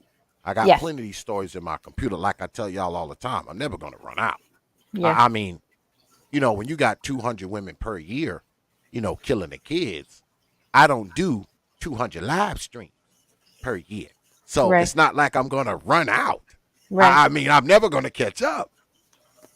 I'm never gonna catch up. I don't do 200 live streams a year. Right. So Right. it would be totally impossible for me to run out because I will Mm-hmm. never catch up with the amount of streams that I do because the maximum streams I do a month is probably 12.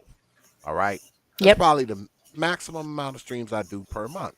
Most months I say I do maybe 10, somewhere in there. maybe 8.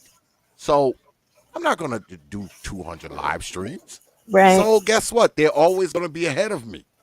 Oh yeah. Yeah. So I will never run out of stories. Yeah. It's impossible. By the time I get to the end of the year, 70 more kids have been killed. Yeah. By the time I get to the end of the year, I got 70 more stories I can tell. Yep. About these old mamas. Yep. But one thing I am happy about, and shout out to Lady Alice with the $5 super chat. She said, so she followed her mother's footsteps and became a single mother. How long she been a single mother? Does she think all single mothers are the same? I don't think anyone thinks that. I think that's what people think, right? Yeah. That we say, because we say single mothers, and we got this thing where we want to say not all. Right. And usually the people saying not all, they're the main fucking culprits. Right. Yeah, they're the main culprits when they're not all. Shut up. Mm-hmm. Because see, me, I look at it like this when I'm talking about these things. This and other things. If you think I'm not talking about you, I'm probably not. But if you think I am talking about you, I probably am. Yeah.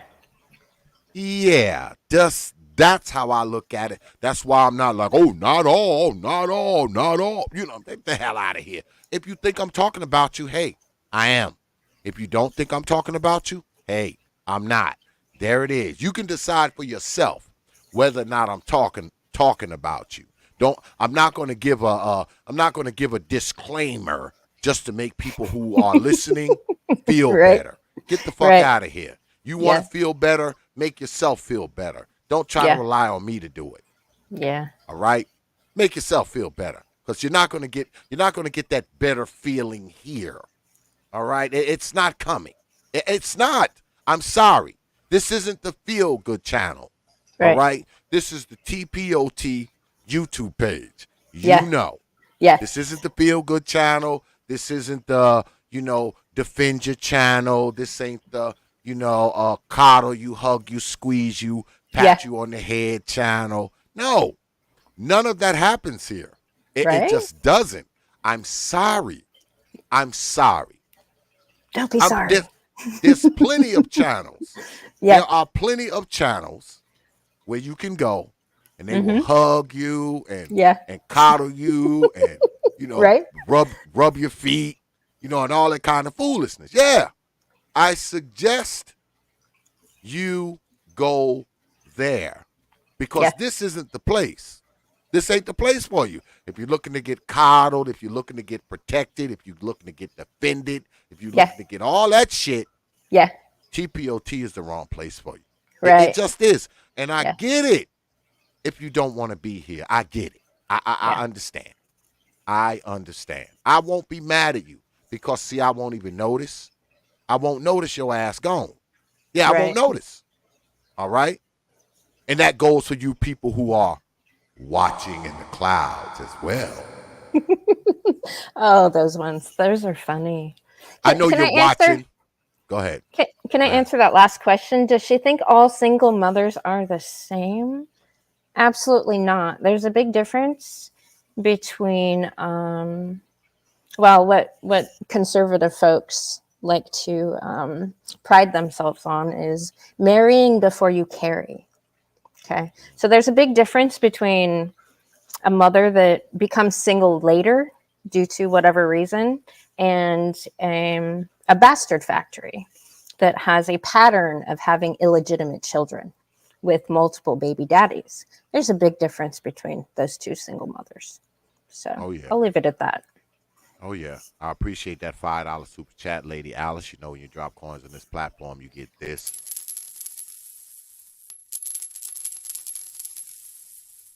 I appreciate you dropping your hard-earned coins on this platform. Appreciate that super chat, Lady Alice. But I want to ask y'all a question. In fact, I'm not going to ask it. I will defer to the good minister. No. Sell it to the people. Sell it to the people and sell it to the world. You tell us single motherhood is good. How have we benefited from single motherhood? Some of you niggas just survived it. You just survived it. Like I tell you, a lot of y'all niggas, it don't cost shit to love your kids.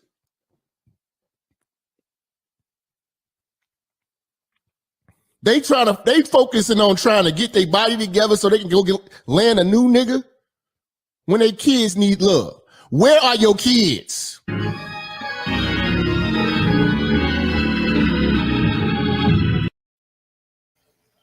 Yeah. Where are your damn kids? Like that commercial. It's 10 p.m. Do you know where your children are?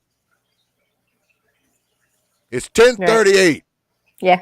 Do you know where your children are? Mm-hmm. Because when I think about this stuff, right, and I know I've been talking about this for the last couple of weeks, and the reason why I talk about it because I think it's a problem, and I put a lot of blame on these old mamas for this.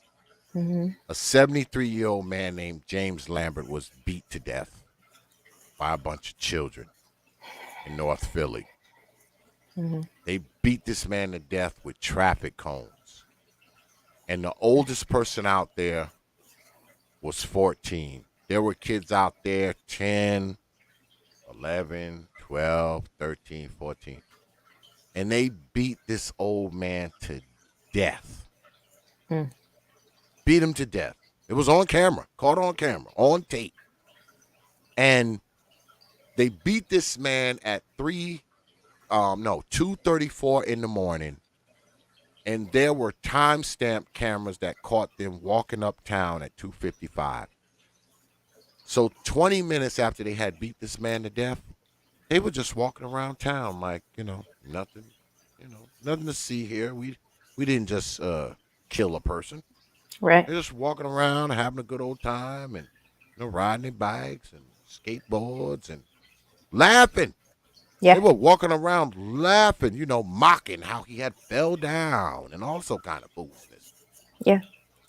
And one of the mothers comes up there and she speaks about it. She says, but she starts it right off with, I'm not a bad mom. I mean, that's how she starts off now, defending herself. Right, of course. Not, I'm sorry, that my kid was out there and killed this man and, condolences to the family. None of that. She came right in with, I'm not a bad mom. You know what? That's probably just her own guilt and shame spewing out of her face. She knows damn well she's a bad mom if her children are doing that. She knows it. She's just trying to convince herself otherwise in public. When these crazy bitches say stuff, there's so many levels to what they're actually saying. Like some of it is actual projection. Like they're literally saying what they're doing, but they're blaming it on somebody else. Sometimes it's just like a guilt and shame thing. And they're trying to convince themselves that they're not the thing that they feel that they are. They're just verbally doing it in other people's presence. It's really weird. Yeah, I mean, if that's the first thing she said. They need a safe space, like my man. Shout out to my brother Big Nate. Mamas need a safe space. Yes. Too bad this is not it. Yeah. Too bad this is not it. Yeah. This is not it. This is not the place for you. Yeah. So, do you think that? Because I played Brother Minister Jap. Shout out to Brother Minister. I'm going to get the minister on here too, y'all, because I actually have been in contact with him. I think that's going to be good to get old Jap on here. But yeah, what he said that a lot of these mothers are out here, You know, they out here looking for men. You know, they trying to get their bodies right, and they trying to dress up, and they trying to do this, and they trying to do that. Yeah. And he said, it doesn't cost anything to love your children. Doesn't. And in a way, I have to disagree with him, right? I have to disagree. Well, yeah. Time I and have to attention. disagree. Yes, Yeah. yes, it does cost. Yeah. It costs. It costs time. It costs attention. It takes sacrifice. Yeah. It takes compromise, Yeah. and it takes putting them before yourself. Mm-hmm. You're going to have to put them before you most of the time. Yeah. And I think there lies the problem, Yep. where the children aren't being put in front of the parent. They're not Yep. being put in front. They're secondary.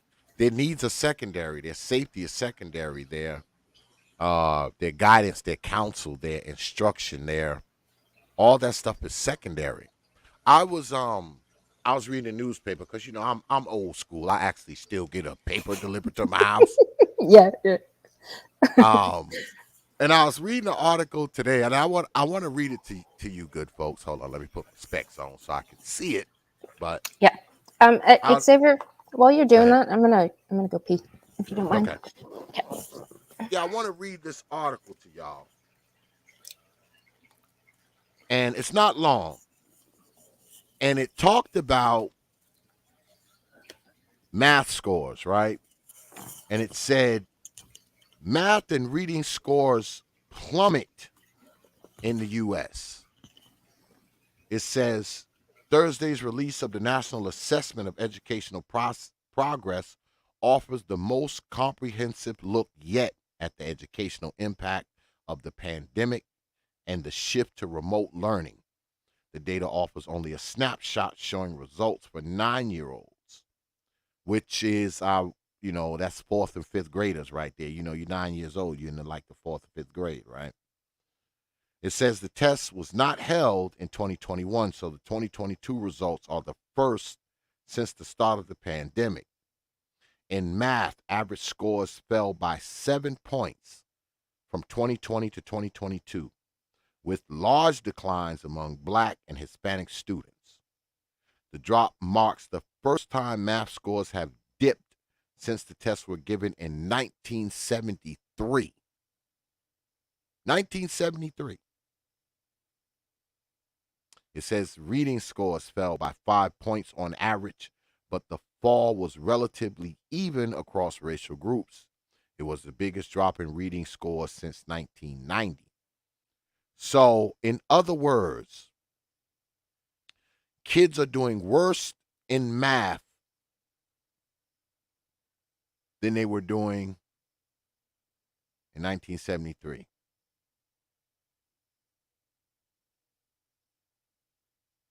They started giving the test back then, talking 40 goddamn shit, talking 49 years ago, damn near 50 years ago.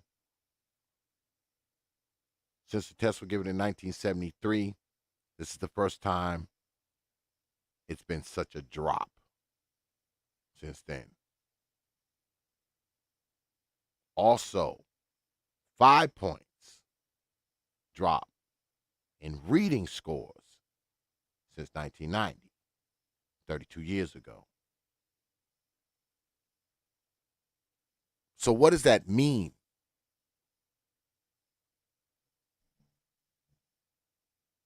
I don't know what it means to you, good folk, but what it means to me is that these kids were home and their parents weren't keeping up with their studies. Their parents weren't making sure they were home learning. Their parents weren't making sure that these kids were reading, writing, counting. These parents were not making sure that these kids stayed abreast of what was going on in school.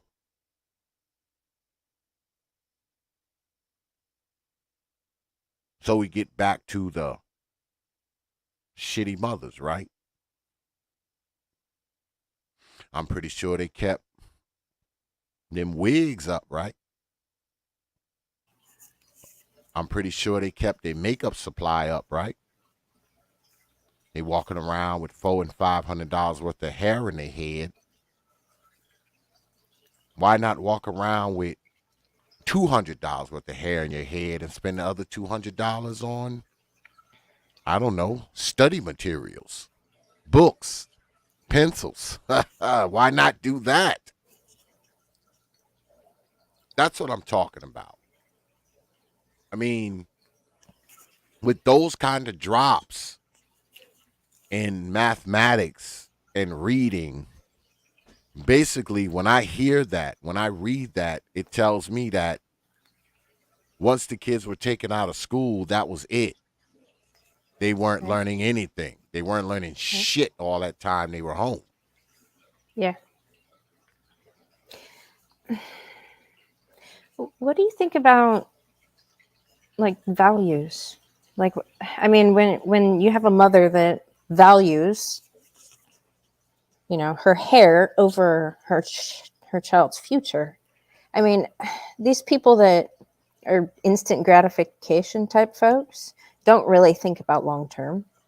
So they don't see that spending the time, attention, resources in the front end and sacrificing would produce a specific outcome later in life. I don't think they're able to think that far ahead and plan that far ahead. So if they value appearance, like form over function, if they're superficial, if they care too much about how other people see them at any given time. I know SKC likes to call it the eat, sleep, fight, bust folks. Uh-huh. The very lizard brain type mentality, I guess. But that falls in line with a lot of addiction too, because a lot of people that are addicted to things will only think about the here and now and not about the future. Yeah. It's short-term thinking. Yeah. You know, it's the whole, you know, failure to plan, planning to fail. Yeah. I think what often happens with a lot of people as far as kids are concerned is that they kind of live like, number one, the kids are never going to grow up. Number two, their ass ain't never going to get old. So, right. I mean, if you're living like that, you know, there's like this Peter Pan syndrome that kind of trickles down through people, and they act like they're never going to fucking grow up. You know, they're Peter Pan. They're going to be 25 forever. The kid's going to be, you know, in the second grade forever, you know, and I think people, once they get stuck in that kind of mind state, I think it's hard to come out of it, even though they're seeing their ass grow old and they're seeing the kid getting taller and getting older. They see all of this, but they've convinced themselves that this is not real. Right. This isn't real. Right. It's almost like their delusion is more real than reality. But that's in the realm of mental illness and immaturity. Yeah. Well, I think there's a lot of people walking around on this earth with you and I anyway, you know, undiagnosed mental illness. It's undiagnosed. There's just a lot of people walking around here crazy as hell. Yeah. Yeah. They never been to the doctor. And see, I don't have a problem with that. I don't have a problem with that at all. The only thing I want you to do is what I want people to do is get all these crazy people. I'm not saying put them in an institution or even make them see the psychiatrist. What I want you to do is put a fluorescent green and orange straitjacket on them. Or better yet, a fluorescent green and orange C on their head So Yeah. when we see them, we Yeah. know who they are and we can avoid them. You Yeah. don't have to lock them away. You don't even have to make them see a shrink. Just put Yeah. that fluorescent green C that cannot be removed. So when we see them, we be like, oh shit, there's one of those mental outpatients. Let's go the other way. So Yeah. we'll know who they are and Yeah. we can avoid them. And you know what that would do inadvertently? Because this is something I tell to men too. When I talk about these old crazy mamas, Yeah. I tell them stop climbing on top of them. Right. Stop climbing on top of these lunatics. Because guess what you're doing? You're sentencing a kid to death if you do. Right. Because someone climbed on top of these women and they killed these babies. So you probably didn't realize it. I'm not saying that a man realizes that. Right. But guess what? That woman I talked about tonight, when that dude climbed on top of her, he didn't know it, but he was sentencing that baby to death. Right. But do you think that men might be at a bit of a disadvantage in that arena because men are very visually stimulated, right? Mm-hmm. And we do live in a hypersexualized society where sex is everywhere. Yes. So do you think that maybe women have an advantage? I mean, women know this to be true, that men are very physically stimulated by visual stuff. Like that's how their hormones and their biology works. Do you think women can take advantage of that? Well, I think a lot of men are drawn to crazy because make no mistake, I think a lot of these dudes know that these women are crazy. Yeah. But you know, they say the crazy women are the best in bed and all this sort kind of foolishness. Right. I don't necessarily believe that that's true. Right. But the crazy lunatics, are the best sexual experiences. The rumor has it. Right. So I think there's that. Because when a woman's a lunatic, I mean, there's got to be some type of red flag or sign, or there's got to be something there. Unless she plays it off really, really well. Right. Right. She plays it off really, really well. I mean, Yeah. there's got to be something. You got to notice something about her that that doesn't sit just right. You gotta like catch her. I don't know, talking to herself sometime, or I don't know, playing with earthworms, even though she's 35. I mean, there's got to be something there. Right. You walk up on her, she's like playing with earthworms, or she's like, talking to her invisible friend or something like that. I mean, I guess you gotta catch it out there. You have to catch it. You have to catch it. There's many red flags, many. But also, do you think, because when I look at a man that's like trying to help, we'll just call it a crazy bitch. I feel like these women trigger like the good nature in men. And I think a lot of men get sucked into situations because, for one, the woman's like, oh, I need you. And men fundamentally, I mean, want to feel needed, right? Especially in a society that's constantly telling them they're hated and they're not needed while they're picking their pockets through taxes. But like, I think there's a lot of manipulation that goes on in that regard. That but if she tells you she needs you, right, so she can stop talking to her imaginary friend, I just don't. I think it's time to tell her you'll be back and just never come back. Yeah. You go to a house and for dinner, and she's got three places set, and she actually puts food on that plate and say, this is for my friend, and there's no one sitting there. You must excuse yourself and say, I'll be right back. I got to get something out of the car, and you just never return. But never return. how often does that I mean, that situation, it is a huge string of red flags. Like that bitch is straight up nuts. But the majority of crazy bitches don't don't play that. Yeah, but there's gotta be something because Yeah. something's mentally wrong with the woman who kills babies. I mean, she Yes, kills her own absolutely. babies. Something is wrong with this Yeah. woman. And I don't So, think she should be allowed to draw breath if that's the case. so something's gotta show. I Yeah. mean, Oh yeah. I mean, something's gotta stick out, right? She's gotta do something that's nuts. Yeah. Right? Yeah. There's got to be. That's the only thing she does that's nuts is that she stabs the baby in the throat. Yeah. No, I think there's something other stuff that leads up to that. And what I think happens is a lot of times we as men we ignore it. Yeah. We ignore it. We ignore it. We overlook it. You know, we know it's crazy when we see it.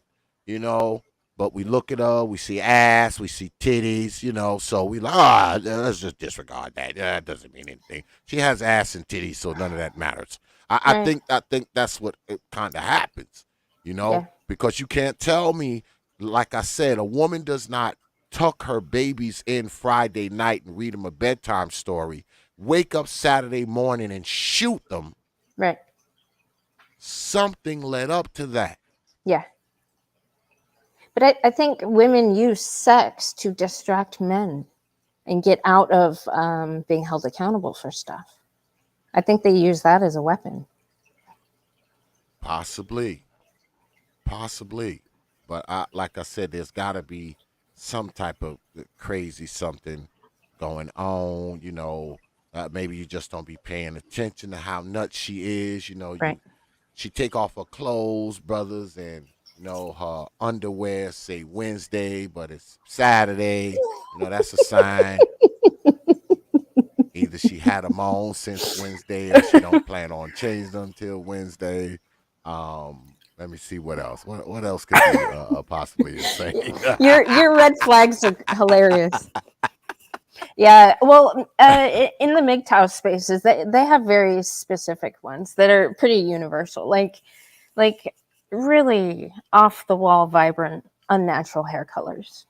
Yeah. Or if she looks like she fell face first into a tackle box, like stuff like that. Lots and lots of tattoos. You know, just I mean, there are visual signs that a woman might be unstable. Yeah. You know, if she takes her gum out of her mouth and sticks it under the table when y'all out to dinner, and then afterwards, when y'all finish, she grabs it and puts it back in her mouth and chews it again. Yeah, that would be. Yeah, that would be a sign. It's one thing her taking it out and sticking it under the table, but after dinner's over, she grabs it and put it back in her mouth and starts chewing it again. Yeah, that would be a sign. Yeah, that would be a sign. Have you seen that? No. Okay. That's funny.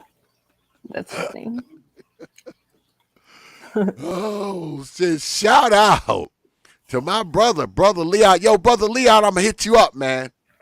I'll probably call you, man, some this week, brother. I want to run some things by you, my brother. But shout out to brother Leon from the 411 Talk Zone radio show with the $10 super chat. He says these moms know the system is on their side. Right. They believe nothing will happen to them if they neglect their children. I agree, brother Leon. I totally agree. I appreciate that super chat, brother Leon. You know, when you drop coins on this platform, you get this.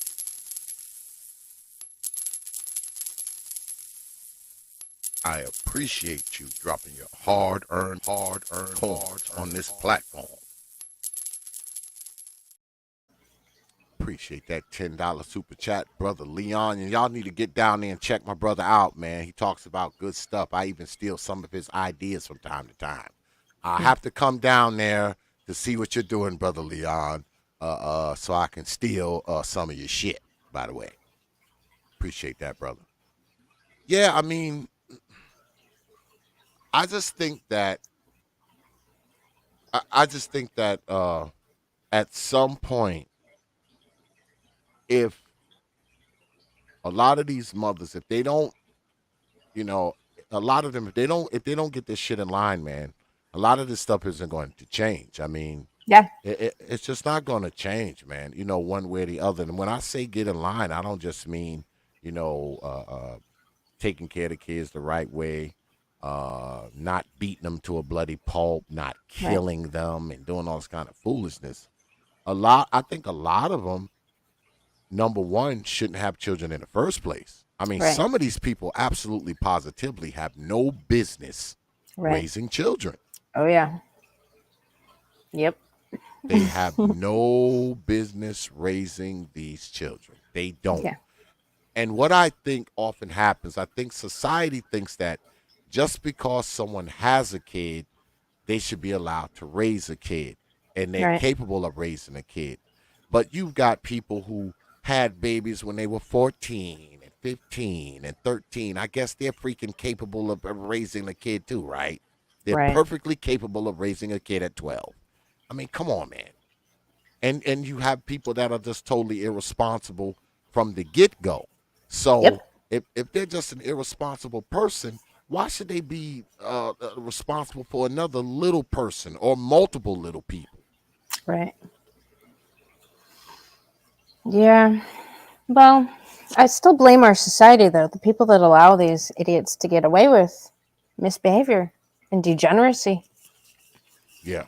or cover up for them, or make excuses for them, or instead of just being honest, Yeah. like calling a spade, and quit like caring about this idiot's feelings, because that's something that is a big problem in our society that I've heard on many occasions, why people don't step in and protect children from their mothers. Yeah. Like something that's common that is said is, oh, I don't want to do that to her. Yeah.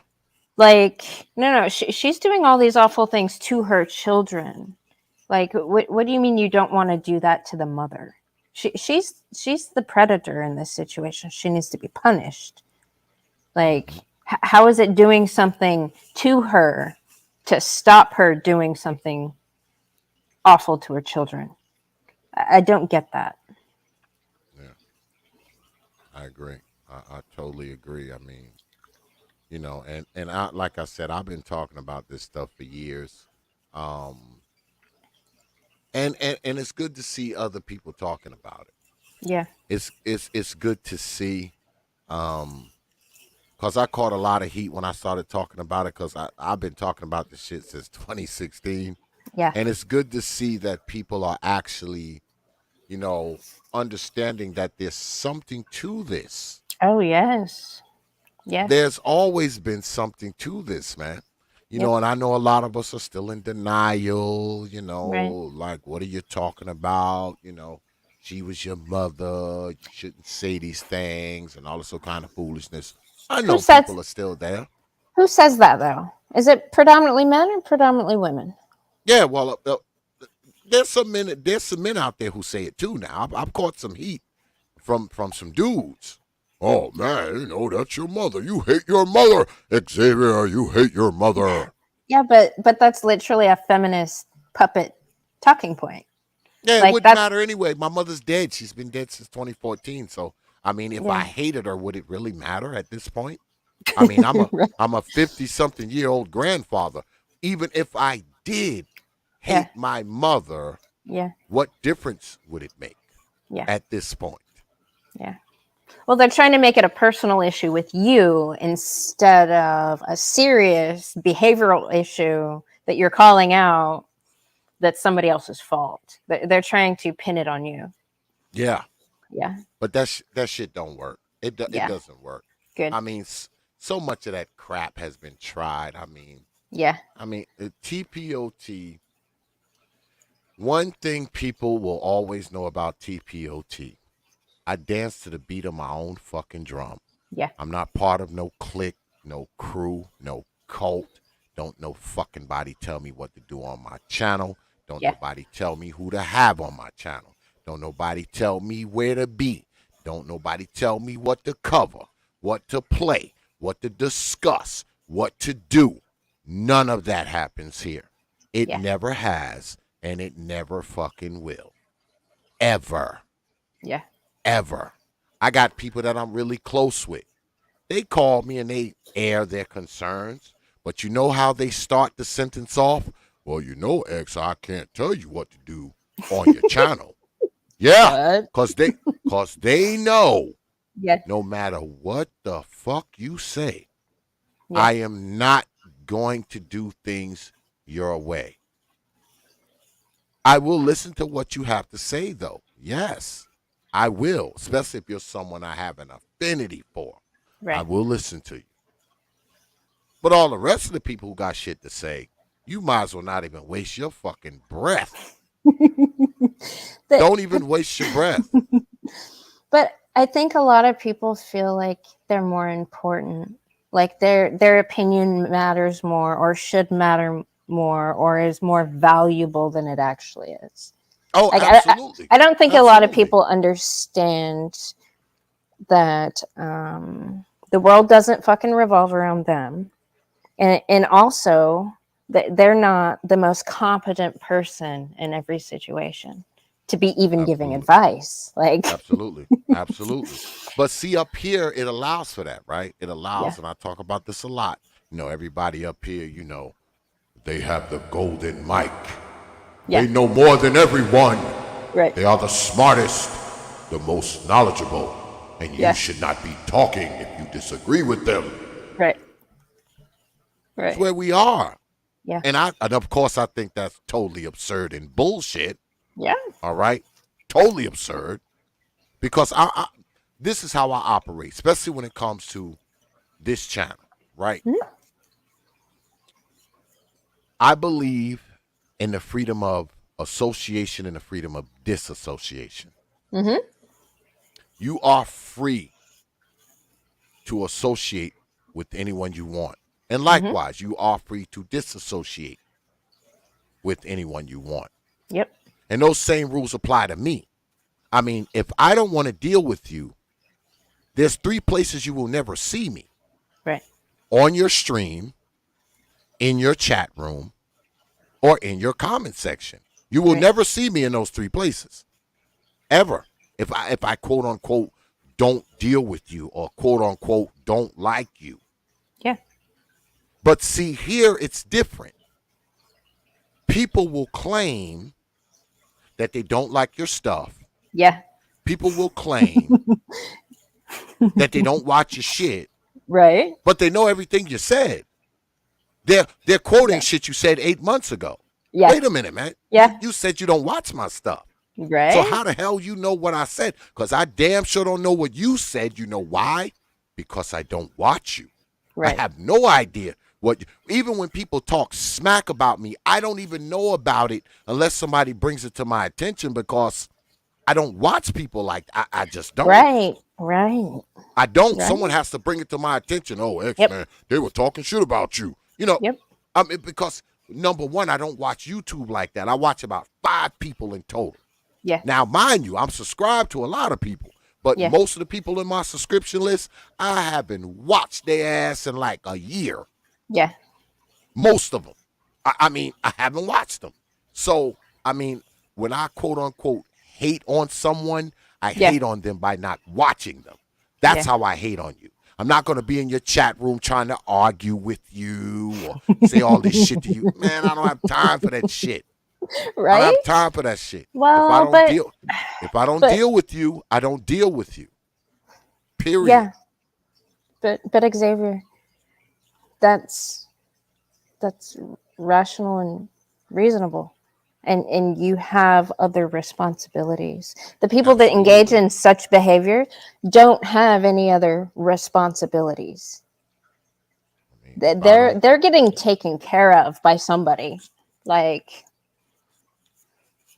and they're allowed to do whatever they want and cause chaos wherever they want. But they're not doing something on purpose. They're Oh, yeah. just reacting out of feelings and hurt emotions. Yeah, well, they can go react out of feelings and emotions some fucking where else. Yeah. And like I always say, if you don't like it, that's fine. Go somewhere else and not like it, man. Right. Go somewhere else and not like it. Not like it at a distance. All right. Yep. Social distance from TPOT. And it can be more than 6 feet, it can be 6 miles. Social distance Yeah. 6 miles away. That's Yeah. plenty of distance, because like I always said, man, as long as I'm running this channel, it's gonna be what I want it to be. I'm gonna Yeah. talk about the shit I want to talk about. I'm gonna have on here who I want to have on here, and Yeah. that's that. And people that don't like it, that's fine. Just don't like it from a distance. Because if you come into my chat room with that bullshit, it'll probably be the last time you're here. Yeah. Yeah. Because if I don't get rid of you, someone else will. Yeah. I appreciate that you provide a platform for people to hang themselves in the public square. Yeah, well, I mean, appreciate that. you know, I've always built this channel as, you know, because I've had some of everybody on here. I mean, everybody who's anybody has been on this channel, and I've said it a million times. Yeah. I mean, I got 700 and some videos on here, and let me tell you something. I got big names, small names, you Yep. name it. Anybody of note Yeah. on media has been here, and I mean anybody you could possibly think of. Anybody that hasn't been on here probably is nobody. Right. They're probably nobody if they haven't been here. Yeah. Especially when you're talking about this particular space, if you will. Yeah. Everybody's been, all your favorite big YouTube have been here. Yep. They may not have been here in a while, but they've been here more than once. So I don't have anything to prove. Right. All right. I don't have anybody to impress. Right. I don't have any mission that I'm on. Any of that. My dues have been paid a long time ago. And every fucking body knows who I am. Yeah. There's not too many people where you can say T.P.O.T or say Xavier and they don't have an idea of who Right. that is. Right. Oh, I've heard of him before. I know who that is. So I don't have anything to prove to anyone, especially YouTubers that are smaller than me. Right. Yeah, right. I definitely don't have anything to prove to you motherfuckers. Absolutely not. I have nothing to prove at all. And guess what? The majority of the people that have been on my channel, they will never, and I mean never, be on yours. That's just the truth. Yeah. They I will can see not that. come to your shit. Yeah. You'll never get them on there. Ever. Yep. Ever. You know why? Because they don't think you're relevant enough. Now put that in your pipes and smoke it. Right. Put that in your pipes and smoke it. I don't care. I just don't. Especially this, because this may be my last fucking year on this YouTube shit.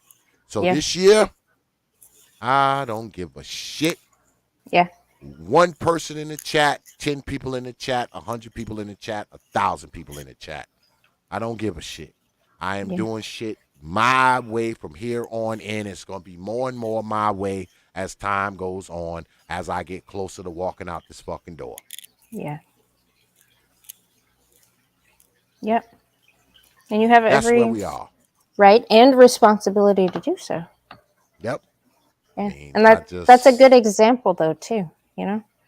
I mean, you're kind of a grandpa in the space, right? Like, I mean, you're a grandpa for one. Well, I've been but- around a long time, and I've moved through many, many, many different groups of people. And like I said, I've had some of everybody on here over the past 6-7 years. I mean, every fucking body has been here, even people outside of this space.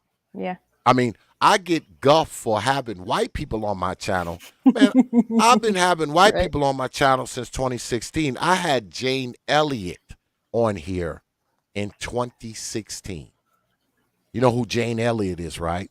Mm-mm. The old woman, she does the blue eyes, brown eyes experiment, talks about racism and all that kind of stuff. Old white lady. Look her up. Okay. She was here in 2016. So having white people on the channel is Right. old shit Right. to me. Yeah. Old shit. Old stuff. Just is.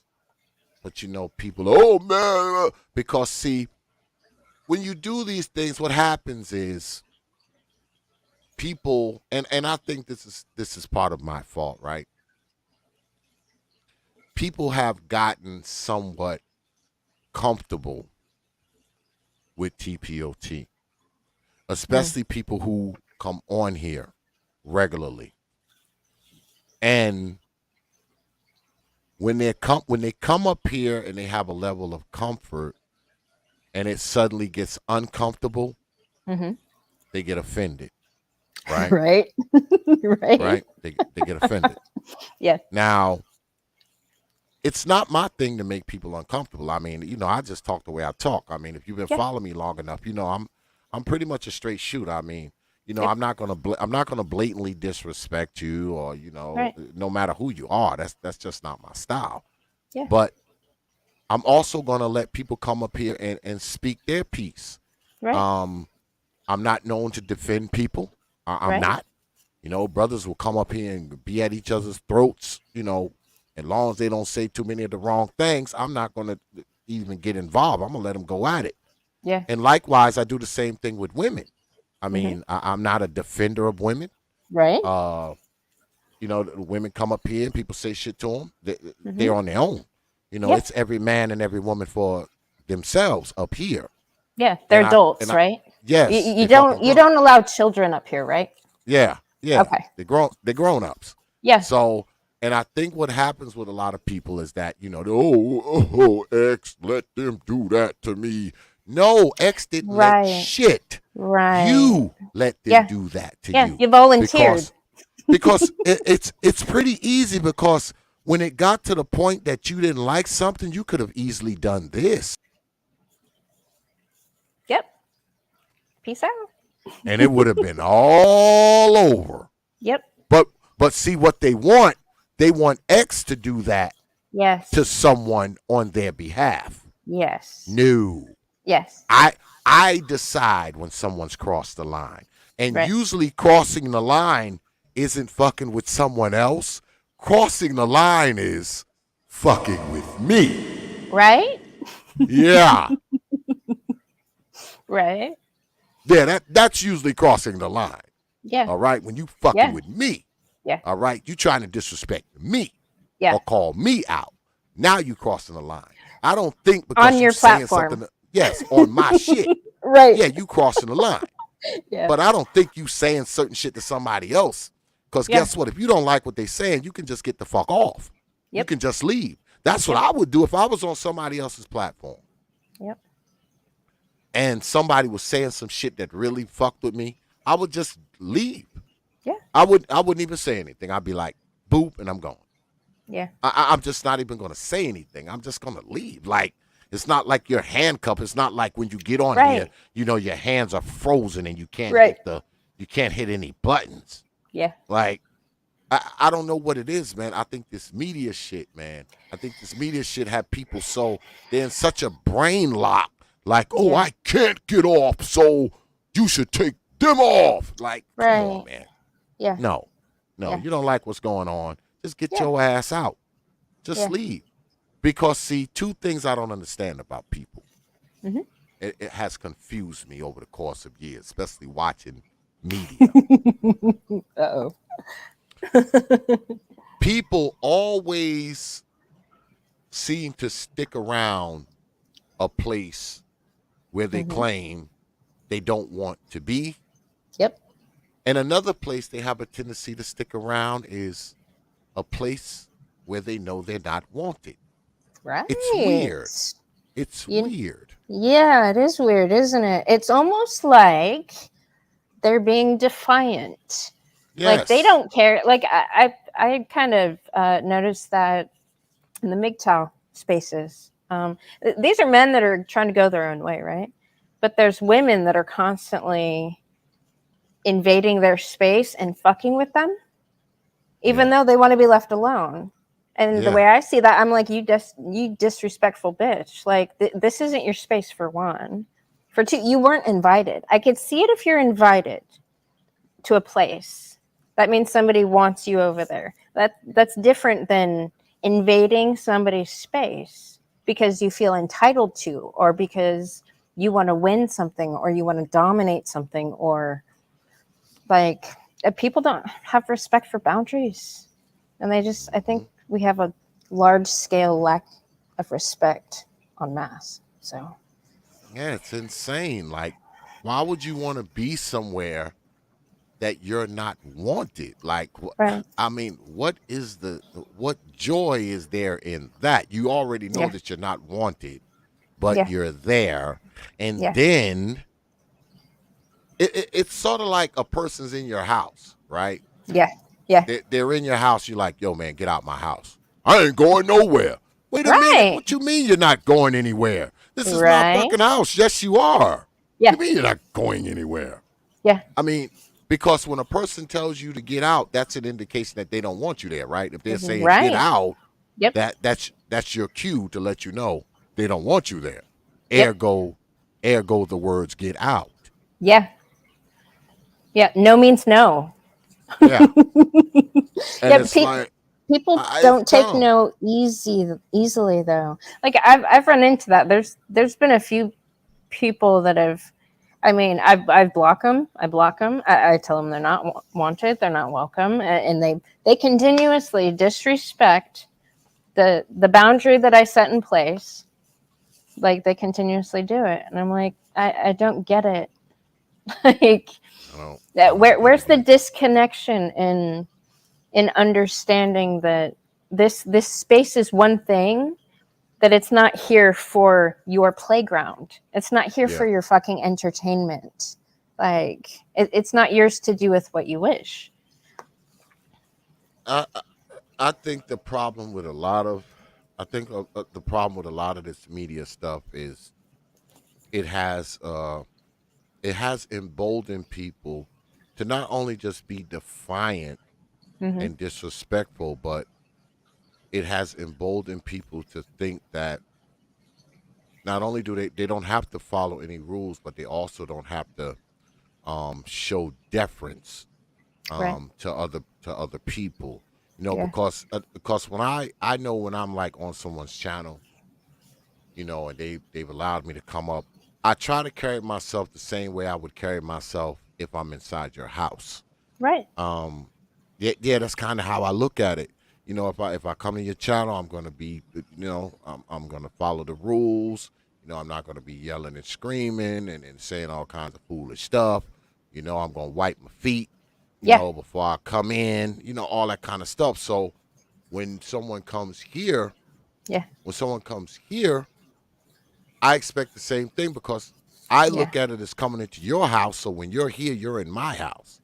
Yeah. So the last person you want to fucking piss off is me. Right. All right. This is my house. All right. I'm the person who controls the big dog in the back. I'm the guy with the fucking gun. Remember me? Okay. Right. I run this shit. I'm that guy. Yep. So, I mean, you know, it's one thing you piss somebody else off in the house. You know, we having a barbecue in the backyard and you piss somebody else off. You know, that's one thing. But I'm not the person to piss off, at least not here, because this is where my true power lies. All right? Right. You can be killed here. Okay? Right, you can be killed here, and I can put, you know, the spare gun in your hand and say you tried to shoot me with it. You know, that kind of thing can happen here. So why would you do that here, of all places? And not only that, because I've had my issues with people in the past, and these same people who have these quote unquote issues with me are now back asking me for the link. And it's like, wait a minute. Right. You got a problem with me, but here you are knocking on my door again.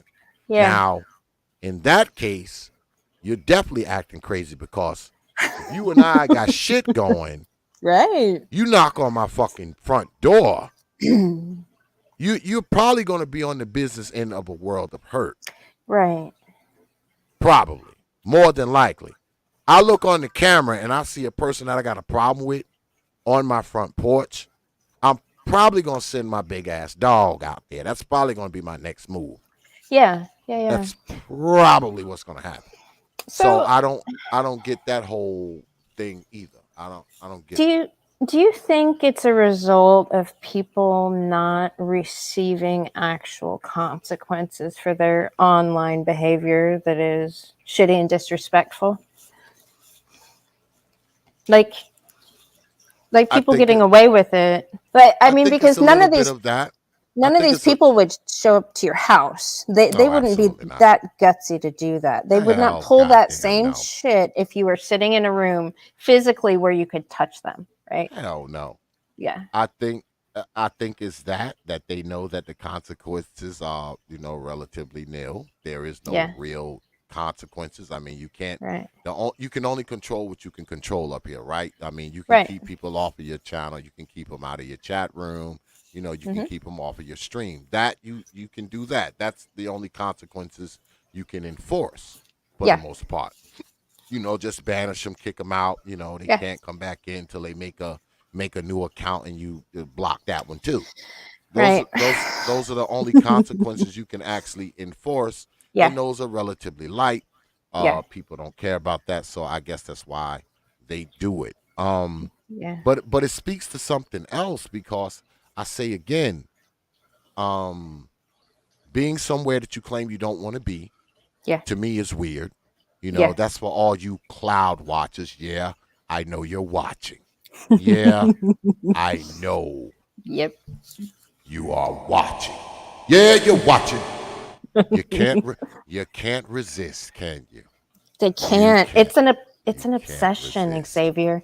You know what's weird? They only watch because they're looking for a few little key things they could get you with, right? It's like you can have a 4-hour-long conversation. They can completely miss the entire many points of the dialogue.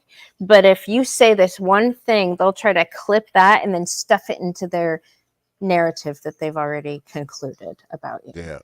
They'll do a 3-hour live stream over 10 minutes of something you said out of a 4-hour live stream. I mean, it's stupid. Yeah. And they'll keep going over that tiny little bit. Keep rewinding it. Oh, when he said this here. Right.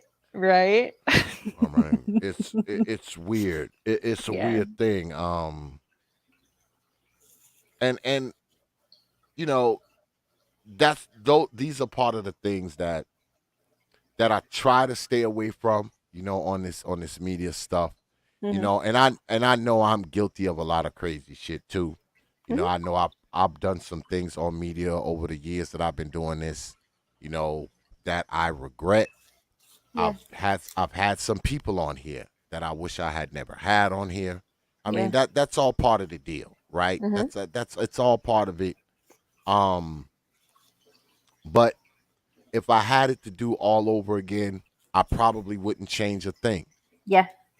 Because I've had so many different people up here. I've had so many different personalities up here. I've had people from this space, other spaces.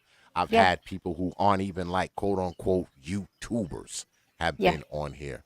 So I wouldn't change a thing. And one thing I'm glad about is that being on media, I have interacted, of course, with a bunch of knuckleheads, but I've also interacted with a lot of good brothers. I mean, brothers that I talk to on the phone, people like my man Nick Taylor, man, Brother Supreme, my man Jay Shine, the people like that who, I mean, we actually get on the phone and talk, man, and I mean, it's better than a live stream.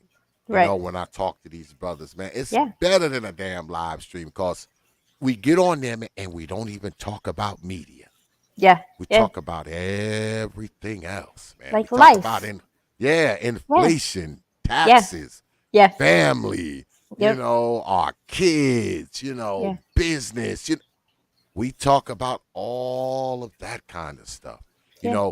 If we talk about media, it's like, I'm doing a stream tonight. You're going to come through? Yeah. Yeah. Peace. I mean, that's like right before we hang up. Yeah. All right. That other 2 hours is everything else, man. And Yeah. that's one thing that I'm grateful for, is that through this media stuff, I have interacted with some really, really good people. Yep. I mean, people that I really respect, people that I would do anything for. Yeah. If they Yeah. ask, all they had to do was ask, I would do it. All Yeah. they got to do is ask me, I would do it. Yep. Now I say again, I've interacted with some knuckleheads. Oh yeah. Okay, that's part of the deal. Yeah. But I have interacted with some really, really good folks, man. Yeah. And I'm thankful for that. So when I hang this mic up Yeah. for the last time, I will still be in contact with these people. Yeah. Yeah. Yeah. Well, I think you have to separate the wheat from the chaff in any social situation. I mean, the majority of people you're not going to get along with, especially the kind of person that you are. You're kind of in a minority group of super fucking responsible people that are just straight shooters, don't really care what people think. I mean, maybe care to some degree what the people that you care about think, but just random strangers, Yeah, I mean, you're I don't give a super shit. responsible, Yeah, down to I don't give a earth. shit. That's I not the don't give a shit majority of people. What these YouTubers think of me, Right. I right, don't right. care. Yeah. Think what you like.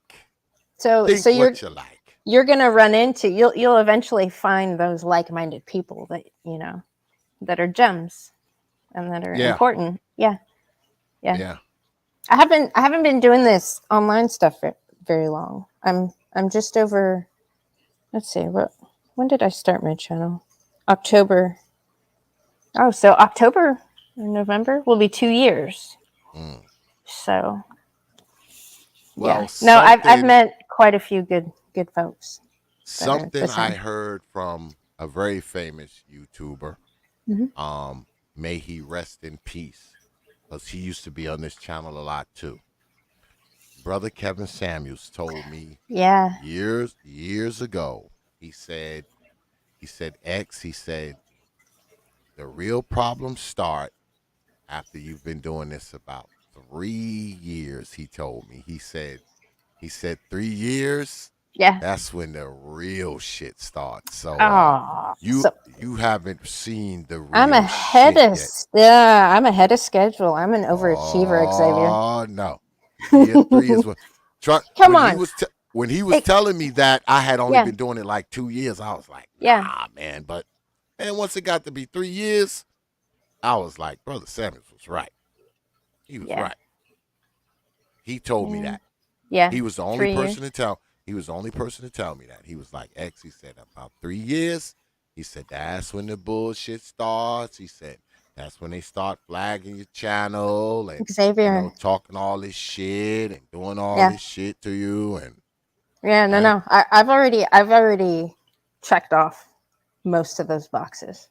I have a legitimate I'm telling proper you, smear campaign in the works currently trying to cancel me. They well, couldn't cancel gonna my get channel. worse. It's gonna get worse. I don't know. I had a Texas A&M campus security and a local FBI dude show up at my house. It's gonna get So worse. It's gonna get worse. I don't know how it can. Everything that they do keeps backfiring on them. So Well, it usually does, because see, a lot of the stuff that the people do is a bunch of BS. yeah, They level these complaints. They go run into YouTube and say this, that, and the other thing. And what Yep. it usually does is it causes YouTube to start looking through your crates. And what YouTube does, because it's happened to me. Yeah. I don't know what people went and told YouTube, but I guess whatever they were telling YouTube didn't find it. It wasn't justified. So what YouTube does is look through your crates and find some other nonsense to try to penalize you for. That's Yeah. kind of what they do.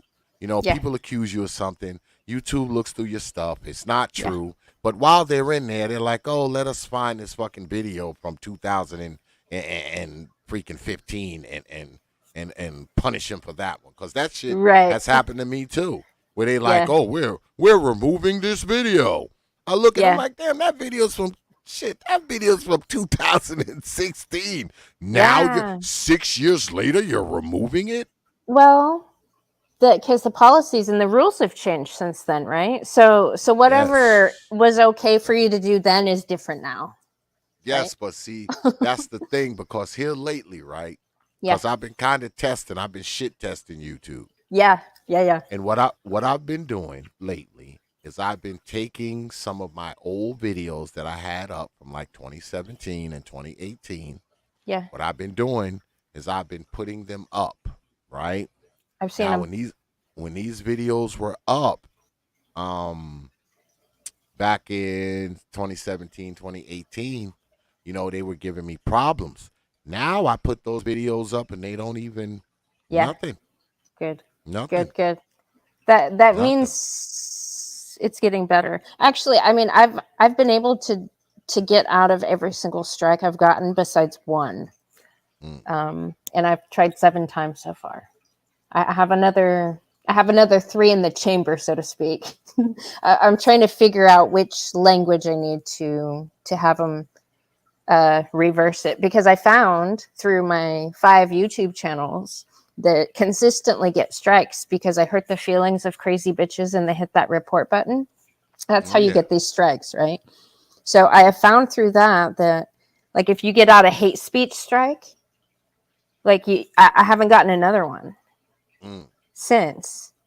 Get out of a medical misinformation strike, haven't gotten another one since. So I don't know. I think there's something to being able to get out of it and then them maybe giving you a pass. I mean, I know I'm a chick, so I have more freedom of speech than, say a straight white man who seems to have zero freedom of speech on these YouTube platforms. But there's a lot of things that some people say that they can get away with that others can't. Yeah. So Yeah. They pick and choose. I mean, yeah, they knocked one of my videos down the other week. yeah, I appealed it. I got it back, and it was a video that had been up for a few weeks. It was the one with Amiri when he came on and he did a challenge. You know, because everybody comes on here and does a challenge. Like everybody's fucking been on here.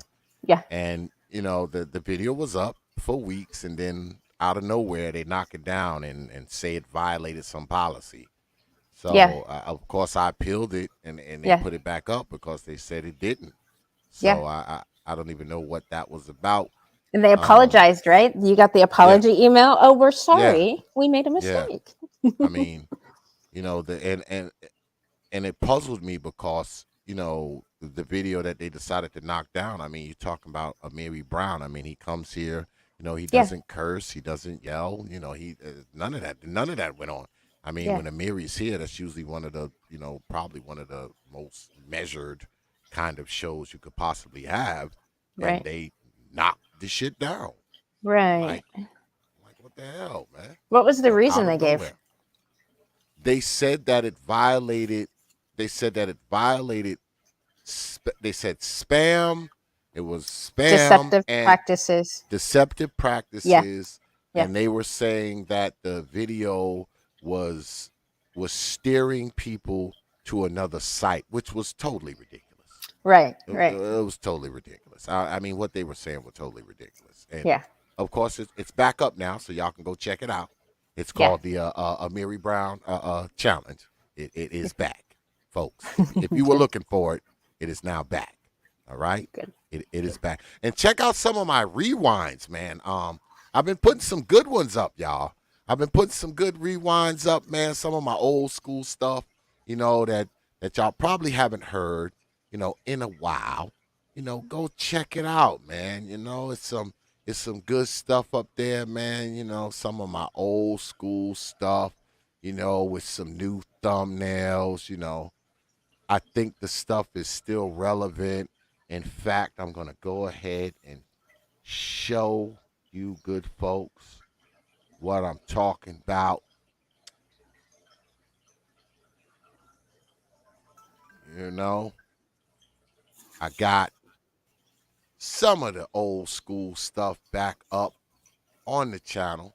Some blast for the past. I got giving pedos a pass. That kind of Mm-hmm. speaks for itself. Mm-hmm. Uh, what about the N word is a good one, y'all. That's one Yeah. of my that's one of my better rewinds. All right. Yeah, I like that one. All right. A cry out for daddy. Now, mind you, this stuff is circa 2016, 2017. It's Mm-hmm. not like I just made these, y'all. I made these like many, many years ago. Yeah. So y'all might want to go out there and check them out. Let me see. Did I do another one? Trying to think. I think I put another one up. I put another one up. I don't remember what the hell it was, though, y'all. I don't remember. But go check out some of the old T.P.O.T rewinds, man. It's old school T.P.O.T from back in the day. Back when I was a freshman, YouTuber, just starting out. Right. I was putting this material up. The graphics aren't as good as they are now, but the message is still good. The audio is pretty decent. So go Yeah. check them out, man. And the N word one, I'm really proud of that one, y'all. That was me trying to be poetic on y'all back Yeah. then. I thought it was Back great. then. I was like, this is actual poetry. Like You know? I didn't know there was that many N words. Oh yeah. Oh yeah. Oh Yeah. yeah. I mean, when I first started out doing this YouTube stuff, I mean, I literally was doing it because I liked doing it. Yeah. It was never about the money. Because when I first started out doing YouTube, I was still doing radio. I was a radio talk show host when I first started. Yeah. And I used to manage the radio stations. I mean, everybody who followed me, they've heard the story a million times, but I'm gonna tell it again. Um, I used to manage their social media stuff. And they had a YouTube page and a YouNow page and a Twitter and all this kind of stuff. And I was managing, some of their stuff. So I decided to start, doing some stuff on my own. Um, this was before the days of live streaming. I would Mm. just, get up here and run my mouth, and then put a little bit of graphics behind it and a little bit of music, and I Yeah. just liked doing it. And a lot Yeah. of times I would do this stuff off the cuff, like it wasn't prepared or nothing. I would just Yeah. get on there and start talking, Yeah. and that's how it all started because I was a talk show host. So, I mean, I talk Right. all the time. Right. So I would just take little snippets, some of this stuff. Some of my older stuff is actually snippets from some of my old radio shows. People don't know that. Um, you know, Little 5 minutes, 10 minutes, 15 minutes of my radio shows I would put up here. I'm going to be doing that. Some of that too. A lot of my old radio shows from back in the day. I'm going to be putting those up as rewinds as well. Y'all can hear some of the conversations that I used to have on the radio because I have a lot of my stuff from my old radio days. So I'll be putting some of that stuff up as well. So yeah. Yeah. So when you did the radio, did you talk about like political issues, social issues? Like what was your show about? Everything pretty much the way it is now. Yeah. Pretty much talked about the same stuff except radio's a lot different. There's a lot more to it. Yeah. Because you got an engineer, you got co-hosts, you got I mean, it used to be a bunch of us. I mean, T.P.O.T wasn't always just me. It used to be the Proper the Thought Series Media Group, plural, where it's like a bunch of people. Right. It used to be a bunch of people. You Yeah. know, but radio's a lot different. More goes into it. I mean, with this, you just turn on your camera and your mic and you start running your mouth. Radio is different. You got skits to read, you got commercials to read, you got time checks, you got sound checks, you got because you got a digital engineer, you got a producer, you got co-hosts. I had a New York City correspondent. I had, just you interview people for new spots on the radio. I went through, Yeah. I don't know how many co-hosts I went through. Like, I mean, it's a lot more to it. It's a lot more Right. preparation. A lot more preparation because you Right. have certain things you have to do within a certain amount of time. You have to watch the clock because you only got X amount of minutes for this and X amount of Right. minutes for that, and Right. it's just totally different. Hmm. It's a little more structured. Well, it's a lot more structured when you're in the radio booth because I mean I can get up here and talk on YouTube for 99 hours and no one's going to say anything. Radio is different. Certain scripts have to be read, certain sponsorship things have to be read. You have Hmm. to do station identification every 30 minutes, every 45 minutes. All that stuff comes into it. I Yeah. mean, but I did it for a while. I mean, I was a natural. Yeah. Yeah, I was a natural at it. I liked it, and I did it for a while.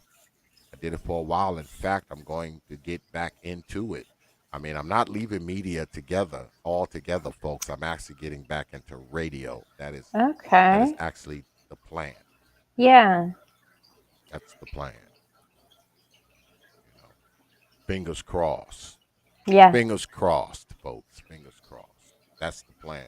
I'm gonna go back into radio because I have Hmm. the equipment to do it. Yeah. I have the equipment to do it.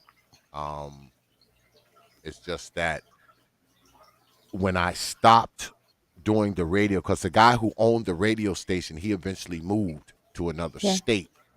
So that was like the end of the radio station.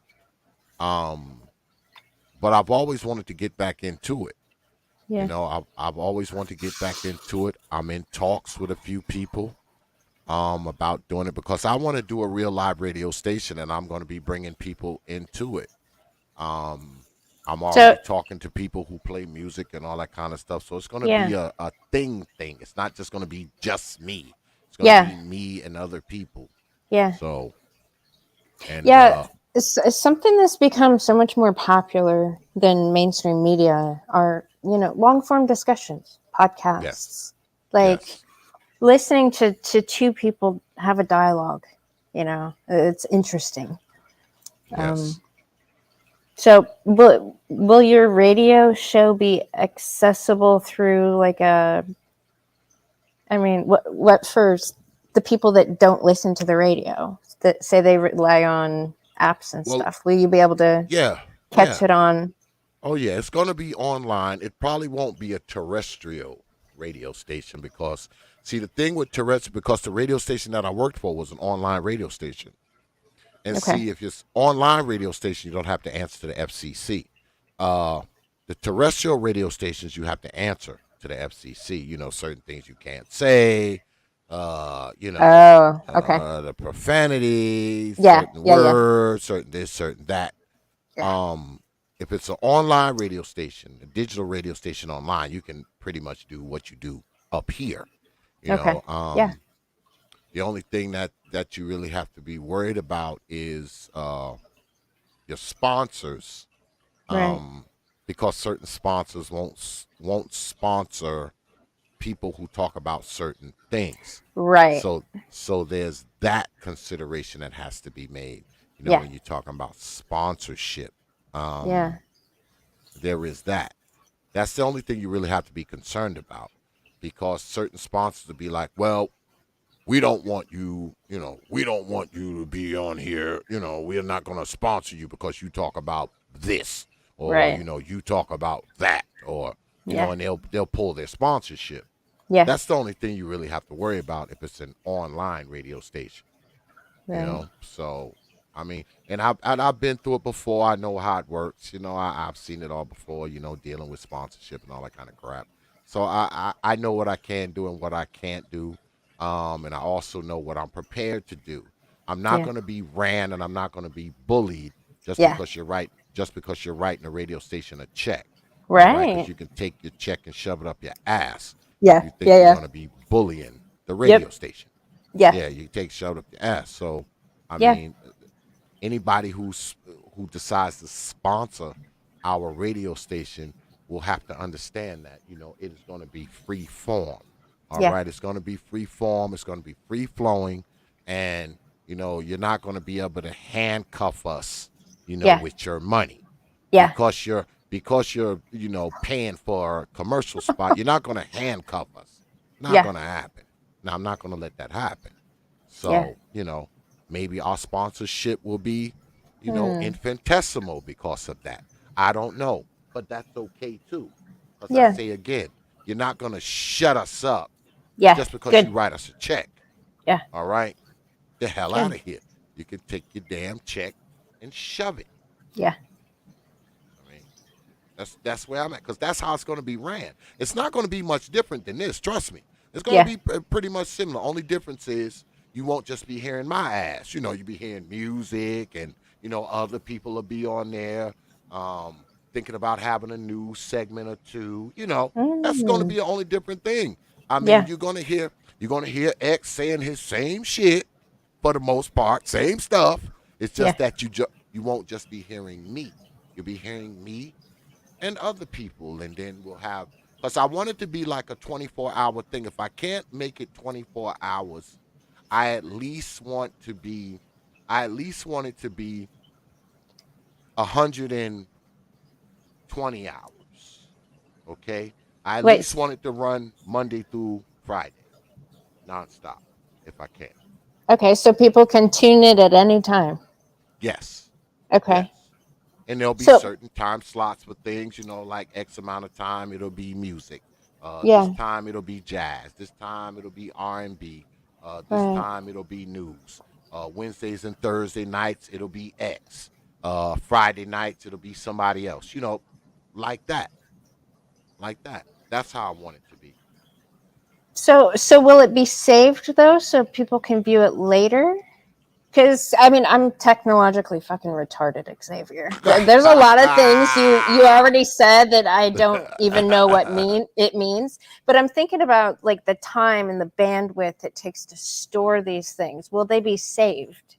Well, some of it will, but if you're running Okay. it 24 hours, Right. because a lot of that stuff will run on a loop. A lot of that stuff will be running on a loop. Okay. Like station identification, certain news segments. Of course, we're gonna have some live stuff. I mean, I'll be live on there most of the time. Times that I don't feel like talking to nobody, I'm just gonna Yeah. stick in, one of my old shows, and Right. let people Right. listen to that. And I'm pretty sure the people that are down with me, they'll be doing the same thing. Sometimes it'll be a live DJ playing music. Sometimes it'll be one of his damn 3-hour, 4-hour mixes on a hard drive. It all depends.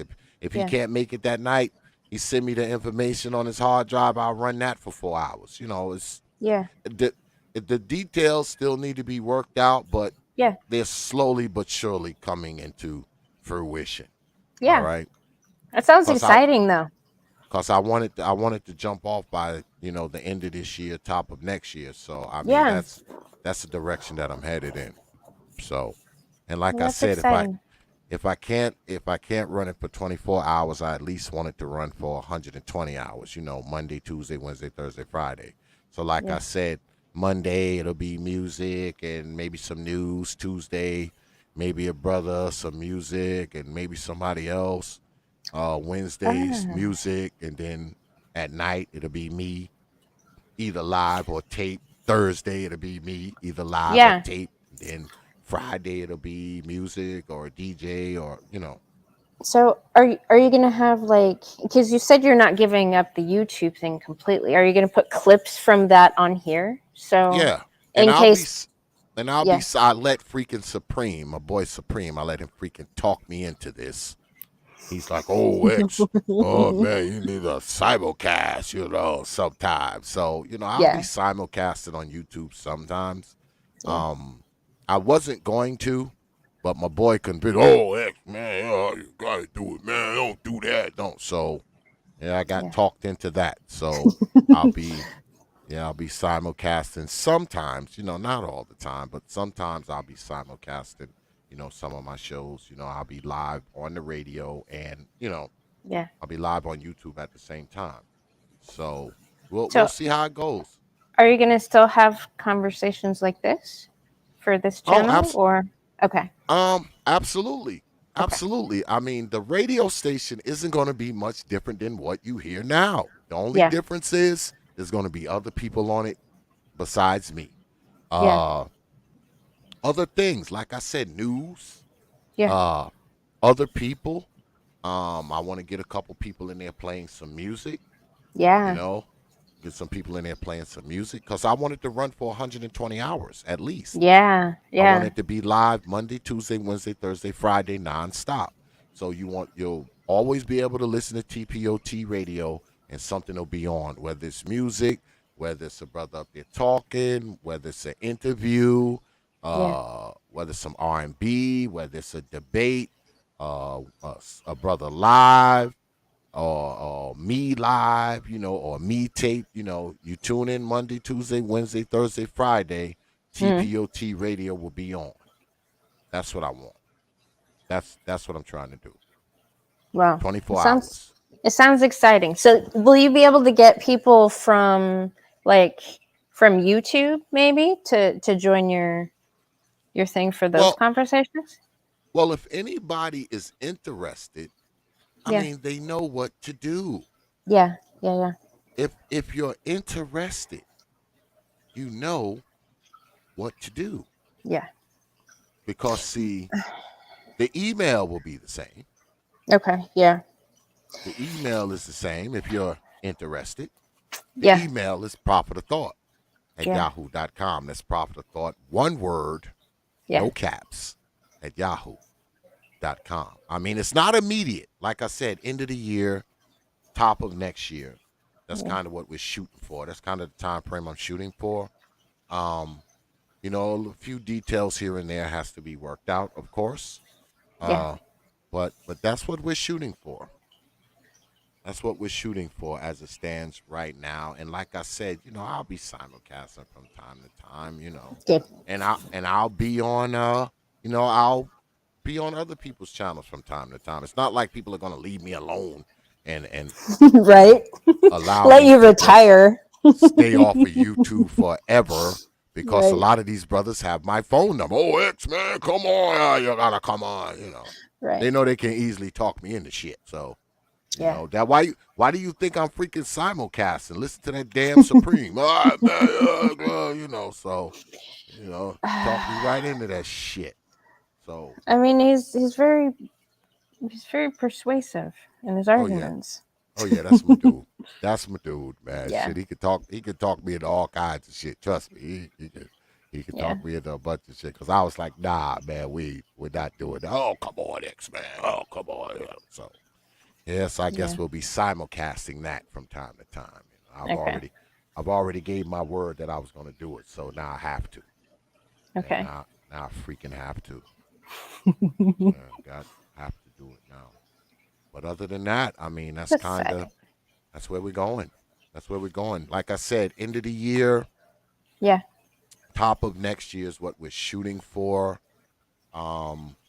Yeah, we're shooting for live 24 hours, Monday, Tuesday, Wednesday, Thursday, Friday. So Sweet. look out for it. Right before launch, we'll probably put some type of commercial or something up on YouTube so everybody will know where to go. Yeah. Um, what to hit. We'll do some call-in shows from time to time. Because I can do those now because I have phone lines. I mean, I just don't. I just don't do it. Yeah. Yeah, I just don't. I just don't do it. I have phone lines. I mean, Yeah. I have this. I still have my same phone line account that I had when I was doing radio. I still have it. I still have it. I could do a call-in show right now because I Hmm. have the hookups. I have soundboards and everything. I have Yeah. phone mics and all of that. I mean, I do it depending on who's on. Right. Um, and believe it or not, I might even do a few call-in shows down the road. Um, I might do a few shows down the road, do some call-in shows. I'm going to be mixing it up. I'm going to be doing all kinds of shit these next 3 to 4 months. Be doing Good. all kinds of shit, all Good. kinds of stuff. Y'all are Good. going to see, man. Some stuff you'll like, some stuff you'll hate. But guess what? X doesn't give a shit. Right. But yeah, Right. I'm gonna mix it up, man. I'm really gonna mix it up this year. Yeah. And you might see some people on here that'll shock and amaze you. You'll wonder how I got them here. A lot Good. of the people, Good. Good. a lot of the people that you'll see, you're gonna wonder. You're gonna be like, damn, X knows that person. Yeah. Well, and there's a couple people that I have. I mean, I know I've talked to you about it in the past. That I think you guys would just have such great conversation. Because you know what? In our culture war, Xavier, there's a big black-white divide for Hmm. some strange reason. Yeah, I And know. it's getting in the way of me abolishing feminism because Hmm. it's these feminists that are propagating this. That they're actually pushing them in to fight each other while they're Mm. stabbing them in the back. So I'm gonna need the men to stop with the divide stuff because the majority of stuff, Xavier, that is happening that all the men talk about, all of them from every bubble on the internet, from academia to politics to, I mean, dog training. I Hmm. mean, all the men are on the same page on like 95% of the stuff, but they spend the majority of the time arguing over that last 5% and blaming Yeah, that because the social justice folks are like pointing at that saying, oh, that's the problem. yeah, Ignore all this over here, right? yeah, Yeah. yeah. I can agree. I can agree with that. Yeah. And I'll and I will be entertaining a lot of different things that I normally wouldn't. Yeah. Um, but some of the old rules still stay. I mean, people that I don't deal with. I'm not going to start dealing with them. Mm. Um, See, I people don't that I I don't know who you don't deal with. So maybe it would be helpful for me if if I knew who those well, people there's were in believe it case or not, it's it, not that many. It's not okay. that many people. It's not that Yeah. because see, I never really say. I never, yeah, right. Lemon pepper, old mama Wednesdays. Yeah. Yeah, be some Yeah. shit like that. You know, it's good because you know I'm never gonna stop talking about that. It's not like if I Good. go to radio, I'm gonna stop talking about that. Are you kidding me?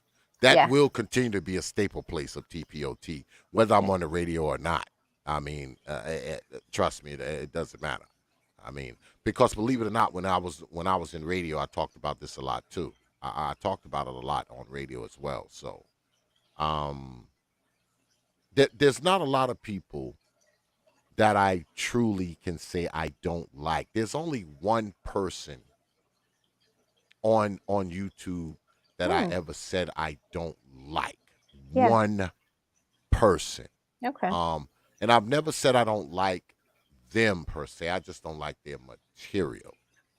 Okay. Uh, and everyone knows who that person is. I'm not going to name him. He's the only person that I like can say I don't like. I don't even say that about people that I've had problems with in the past. I mean, Right. because I just don't deal with them. I Right. mean, I'm indifferent. It's not like or dislike. You know, I'm indifferent to them. So, you know, because I'm not one to get on here, and talk a whole bunch of crap about people and try to roast you all night, and Yeah. that's not my style. I Yeah. mean, you get on my fucking nerve now. I'll let you have it. I mean, make Right. no mistake. A lot of people make the mistake. They think I'm some fucking soft target, but I'm Right. not. Far Right. from it. Right. Far from it. But what I try to do is I try to give everybody, all right, a baseline of respect until you fuck around. Until you fuck around and use that baseline of respect that I give you, you try to use that against me. Now you done fucked up. Right. Now you done fucked up. Because like I said, I mean, I don't go out of my way to disrespect people. I don't go out of my way, to, talk shit about people. I mean, I do a lot of generalizing. I talk in general about a lot of shit. Yeah. But one thing I don't do is I don't personalize things. I mean, you don't hear me call out people's names on my channel all that often and say, "Oh, this person does X, Y, and Z," because that's not my style. Right. That's not my style. I mean, it's just not. Number one, I'm too old for that kind of shit. And number two, I don't have the I don't have the space in my brain to be occupied by, what someone else is doing or some other YouTubers. I just don't have the time for it, you Yeah. know? So I stay away from that kind of stuff. I always have, I mean, now don't get me wrong. I've had my moments in the past, many, many years ago, where I went full attack mode on people. Yeah. I've done it, okay? But I've probably done it out of the 700 and some odd videos I have up here. I've probably done that maybe 4 times. Yeah. You can probably find 4 videos out of the 700 and something where I went full attack mode. And the only reason why I went attack mode is because they fucking did something Yep. that I didn't like personally to me Mm-hmm. or someone that I'm really, really close to. Right. But I haven't done that kind of shit in years. Probably you're talking 2017. All right. 2018 the latest, if that far. Maybe even 2016. I don't even remember. That's how long ago it was. Because, like I said, that's not my style. And it's never going to be my style. Yeah. It's not. I do what I do. I like being up here, chopping it down with people. Yeah. I've always did it my way. And I know a lot of people have had problems with that because they thought I should have did it their way. They thought I should have did what they wanted me to do. Okay. And they didn't like the way I steered this channel. Yeah. They didn't like the people I had on this channel. Yeah. They didn't like that this channel didn't talk about the things they wanted talked about. Right. Or I didn't talk about things a particular way. I don't Right. know. Right. Sounds like a bunch of smother mother bullshit. Yeah, but that's fine because Yeah. what they realize is that I dictate what happens up here. I always have, and I always will. And guess what? When I start doing radio, it's going to be the same way. Because anybody who don't like it, the same door they walked in, guess what? You can walk out of it too. You can walk out of it too. So, I mean, that's just how I operate. That's what's best for me. Yeah. I have to operate that way. Told you, the freedom of association and the freedom of disassociation. I mean, you have the freedom to associate and disassociate with anyone you want, including me. Yeah. If you feel like you want to disassociate from me, that's fine. I get it. Yeah. I understand it. Totally. I totally understand it. I get it. It's no problem. Yeah. But if you've decided to disassociate with me, do it forever. Right. Don't disassociate with me today and be knocking on my fucking door tomorrow. Because if you do, I'm probably going to fucking embarrass you. Because you've already embarrassed yourself by coming back. You've already embarrassed yourself. Especially if you're somewhere talking shit about me. All right? You somewhere talking shit about me. Now you back. You've already embarrassed yourself. So I'm now just going to finish the job. Yeah, I'm going to finish the job. So if you disassociate with me, I get it. Just make sure you fucking do it forever. Yeah. But that's all. I'm about to wrap this up. I appreciate you coming on. Yeah. I guess soon as Brother Supreme hit me up, I guess we're gonna postpone this till whenever. Yeah. I don't know. Just let me know. I don't know what you look like next week. I guess we'll do something next week, possibly, if you got an opening. Yeah, I mean evenings are fine. I don't have anything scheduled so far, so you look what I got going on. You still couldn't find a feminist to debate me, huh? No one wants to. No one wants to. I mean, I don't even know what to do at this point. To be honest, I don't even know what to do at this point. I know. You and SKC tried for many months. Many months. Crazy because me and Brother Supreme, we actually talk about it, Yeah. from time to time. We talk about it up here. When I find somebody, I'll let you know. That's all I can say. I mean, I can't say anything more than that. I mean, when I Yeah. find somebody, I'll let you know. I will let you know. You'll be the first one I get in contact with when I find somebody. And it's weird because usually in this type of situation, I would get an email and say, "Oh, I want to challenge this person. I want to." Yeah. It hasn't came. That email hasn't came. Yeah. It Well, hasn't. It hasn't arrived. So I think your last one where you got your last ridiculous race game, mhm. I think it kind of proved what I already suspected. So I don't see it happening. Like if it hasn't happened already, like I don't. I have a hard time believing that these cowards would mature that much and actually follow through with some shit talking that they do, but they don't. Well, I wish they would. I mean, I want to see that cat fight up here on T.P.O.T. I want to see it. So, come Yeah. out of the clouds, folks. Come out of the clouds and let's get this debate going. Let's make it happen. All right, let's make it happen. It'll I be it'll be good. I think I think the last one that turned into a moderated discussion, I think Mhm. that kind of set a precedent for a lot of other people maybe not wanting to embarrass themselves like that. So I guess. I think what I'm going to have to do yeah, is I'm going to have to reach out farther. I got to cast the net a little wider. yeah, Um, because the people that kind of move in this circle of influence, they're not gonna do nothing. All they're gonna do is go somewhere else and talk some shit. yeah, They're not gonna do anything. So I'm yeah, probably gonna have to, I'm gonna have to cast the net wider because I got reach. I got reach outside of this space. yeah, I mean, yeah, I have reach outside of this quote unquote sector, yeah, if you will. yeah. So that's probably what I'm gonna have to do.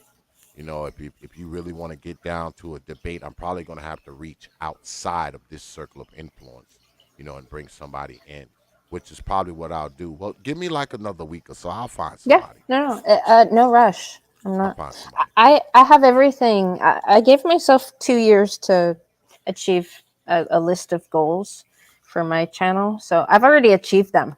I had a Mhm. schedule, so I have everything I I'll find needed. somebody. So I'll I'm find somebody. I'll find somebody to square up with you. It probably won't be okay. nobody you're familiar with, though. Well, That's maybe you fine. will. Um, but yeah, I'll find somebody. Don't worry about it. Okay. I'll reach out and get somebody and drag them in I here. mean, I prefer conversations. That's what I Okay. prefer. Well, Um, we can do that too. yeah. We can do that too. I mean, but if somebody wants to take me on in a competition, a debate, or whatever, I mean, if they can, if they're qualified, if they're able to actually Ah, do that ah, and ah. not have it turn into an emotional mouth vomit fest. I mean, Yeah, well, I'm not these crazy bitches fucking therapists.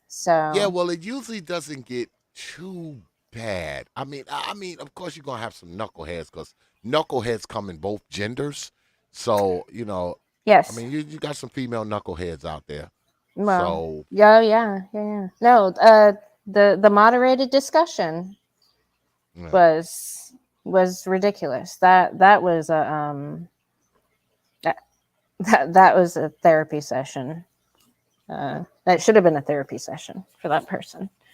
Like yeah, that. I'll get it. I'll get it going. So Yeah. what I'm gonna do, because I know I'll probably be talking to Brother Supreme within the next day or two. Okay. I'll let you know and see what's good for him, and then I'll hit you up, and y'all can go ahead and do what y'all's gonna do tonight. Yeah. Yeah. All right, Whenever. No all rush, right, Xavier. all right. I Thanks for appreciate you having me coming. up. Thanks for the Absolutely. chat. Oh yeah. Take it easy. You too. Peace. Peace. Yeah, man. We're gonna go ahead and wrap it up, man. God damn, man. 3 hours, 14 minutes, and 27 seconds. It goes. And I appreciate that Poseidon MGTOW, that $5 super chat, man. Poseidon MGTOW always supporting this damn channel. God damn it. You know, when you drop coins on this platform, you get this.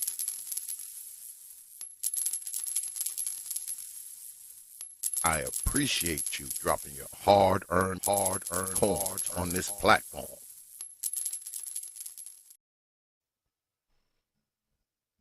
Appreciate that, brother Poseidon MGTOW. Yeah, man. I want to try to find somebody, man, because, you know, she's been asking me about somebody to debate her for like a while now. You know, she's been asking me about, you know, she got somebody to debate, you know, so I'll find somebody for her to square off with, man. I got to apologize to y'all, man, for, you know, tonight, but Brother Supreme, man, he had like a family emergency, so, you know, he had to bounce, but I know he's gonna want to do this again because he did ask me to reschedule. So we'll probably do something, I don't know, the following week.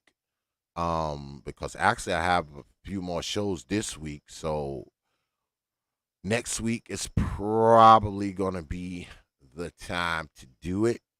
It's going to be next week. So whenever Brother Supreme hit me up, we'll do it. So look forward to it, y'all. It ain't over. It is not over. But now that we've done doing that, it's time for me to hit y'all in the head with T.P.O.T's programming notes. Yeah. Yeah, it's time for programming notes, man, because, you know, we got a few shows coming down the pipe. We have a few shows coming down the goddamn pipe, Negroes. In fact, tomorrow we'll be doing a show. And the show is called Justice versus Vengeance. That's right. Out for justice, out for vengeance. And it's going to be a dark exodus, but it's going to be an open form debate. Because what we're going to be talking about tomorrow is the difference between justice and vengeance.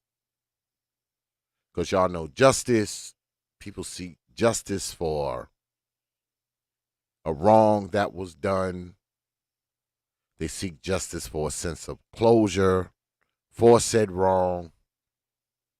But people also seek vengeance for a wrong that is done.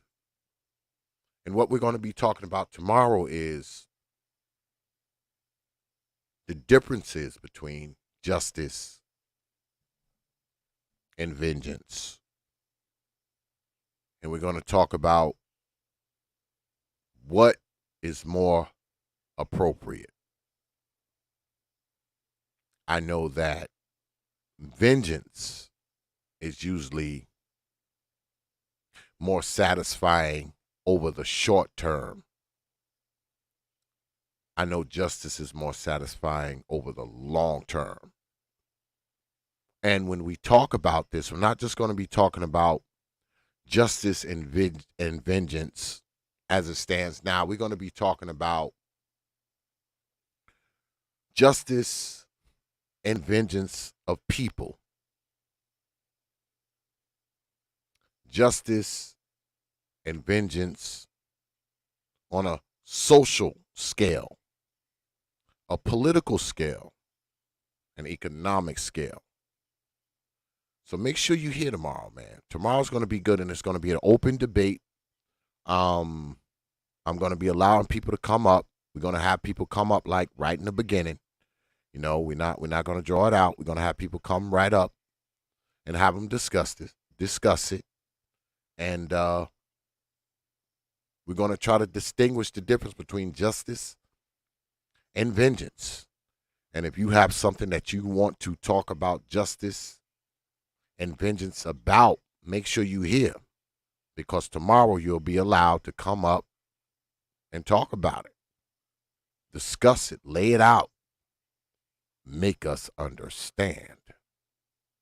Tomorrow will be your opportunity, and we throwing down, man, 9 p.m. Eastern time, right here on the T.P.O.T YouTube page.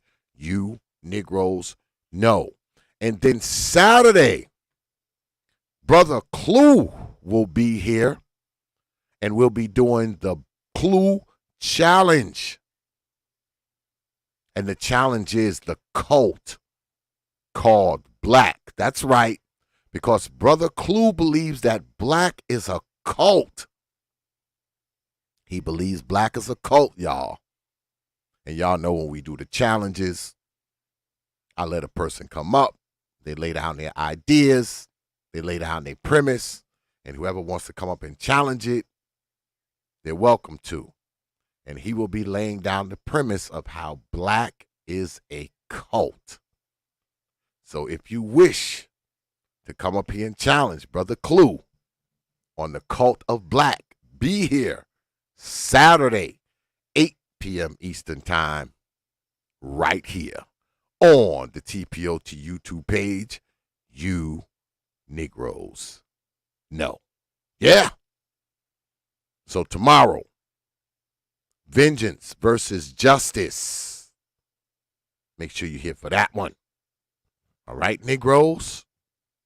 All right. So, we're going to go ahead and wrap it up, man. And once again, man, I want to apologize to y'all good folks, man. I know y'all was all geared up, man, for a discussion between Brother Supreme and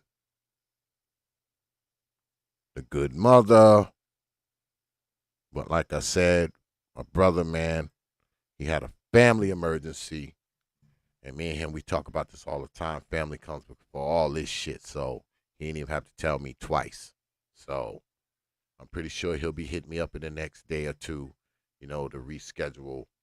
And, we'll reschedule. I'll hit up good mother, and, maybe next week. We'll do it next week. I don't know. I'm also going to be working on somebody to square off with the good mother so y'all can have a debate. I know y'all want to see her in a debate with somebody. So I'll be doing that as well. So next week may be good, man. We'll see. We shall see. Both.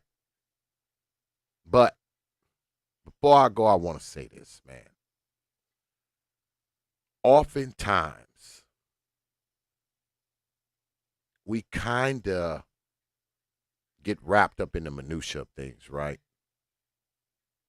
We get wrapped up in titles. We get wrapped up in infinitesimal things. We get wrapped up in the trivial things.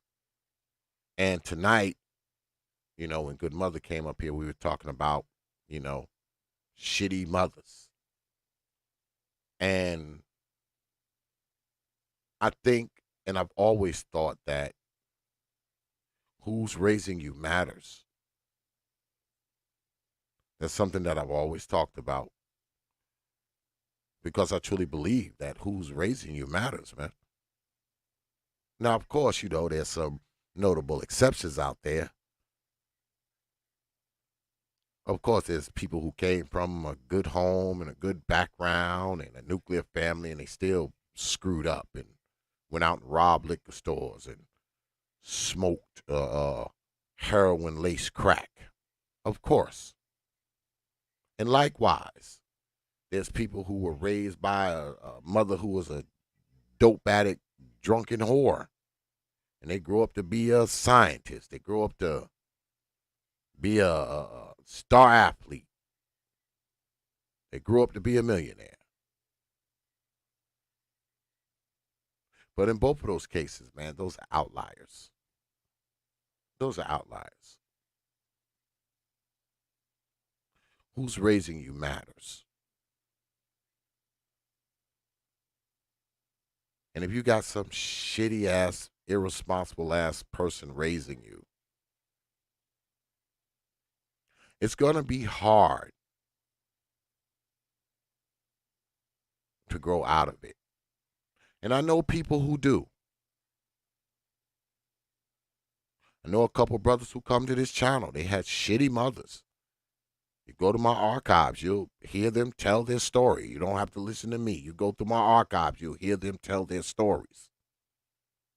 They had shitty mothers.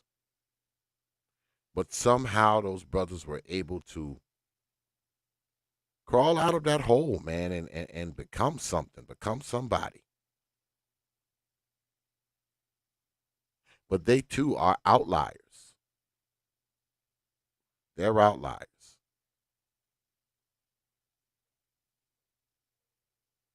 A lot of these kids, man, they go through this shit, man, and I play that excerpt of Brother Jack. And he speaks about how many people just survived living with these mothers. They just survived it. They survived it. And I believe that. I know, man. I come to y'all every night telling y'all about another mother who's killed her kid, let her kid starve to death, shot him, stabbed him, burned him, drowned him. How can I not believe it? When I'm telling you stories about kids who've been murdered every damn night I come up here.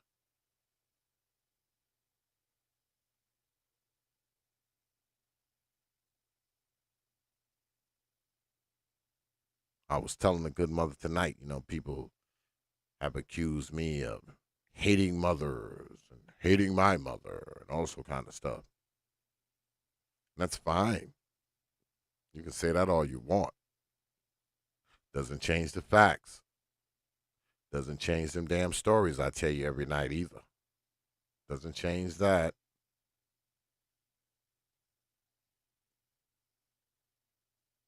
Doesn't change the hundreds of kids that get murdered. Doesn't change the effects that it has on people.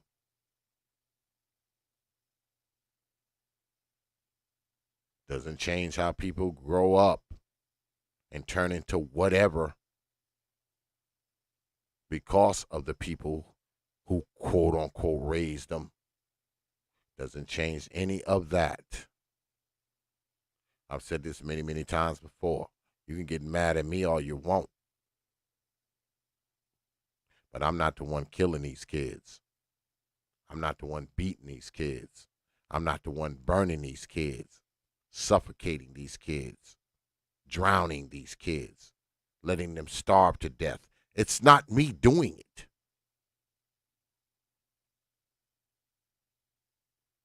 It's fine for you to be mad at me. Be mad as you want.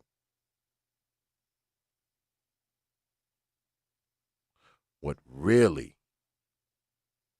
confuses me, though, is that you're not mad at them. You're not mad at the people who do this to these children. Them you're not mad at.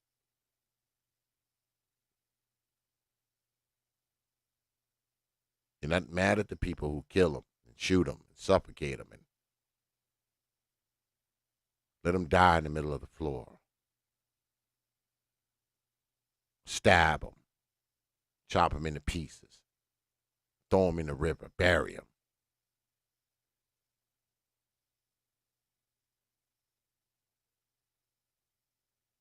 Them you're not mad at. You're mad at me because I talk about it.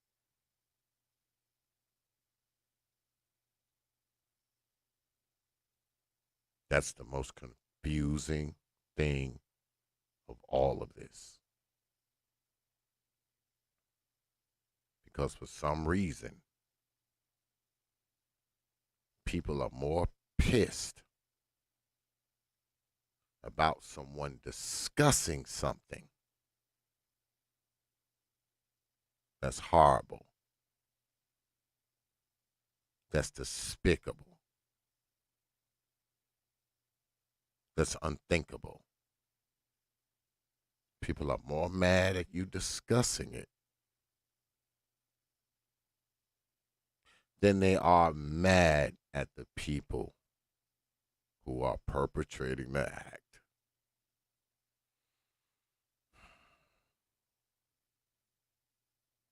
That is what perplexes me more than anything. But that's all.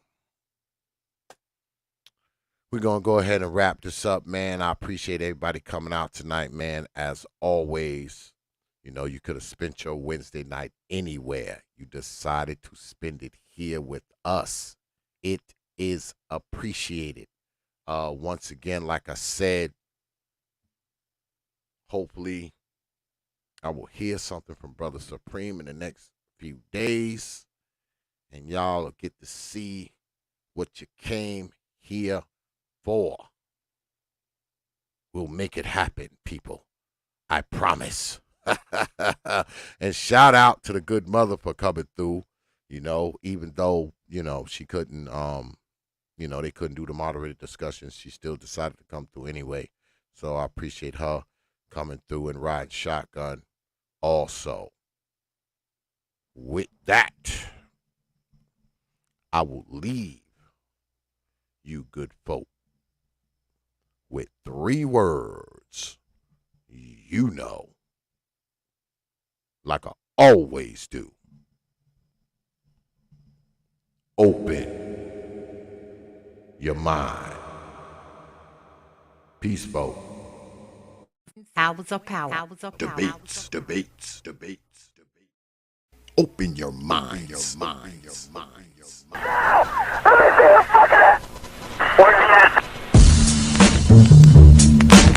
Hours of power. Hours of power. Hours of power.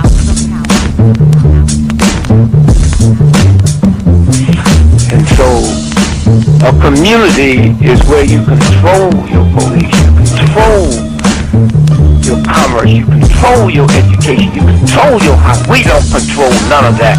We live in a hood. Huh? Well, what about the Negroes that get out?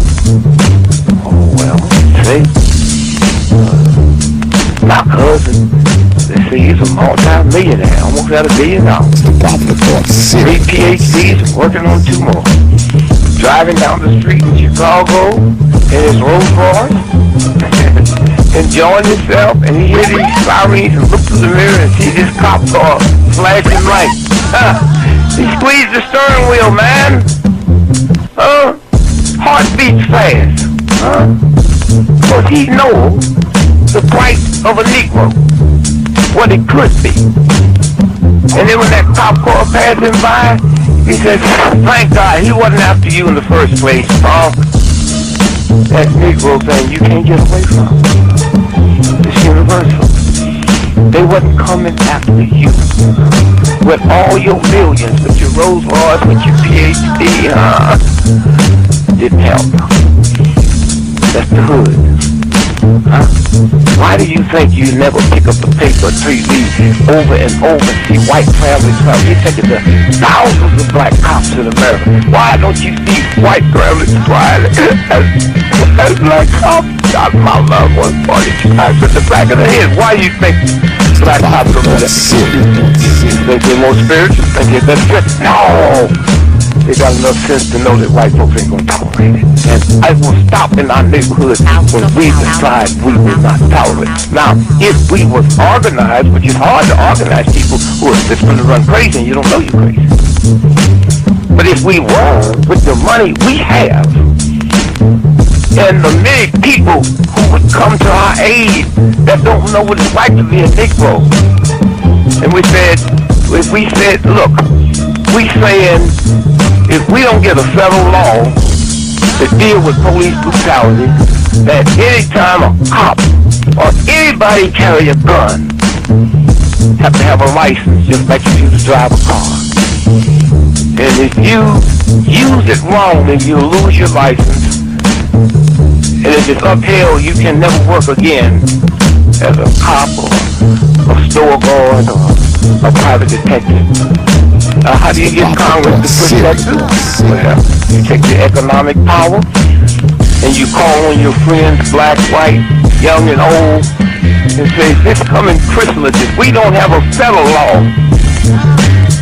to outlaw police brutality by law, if we call them for a nationwide boycott of Christmas and it start on Thanksgiving. Well, let me tell you what that means.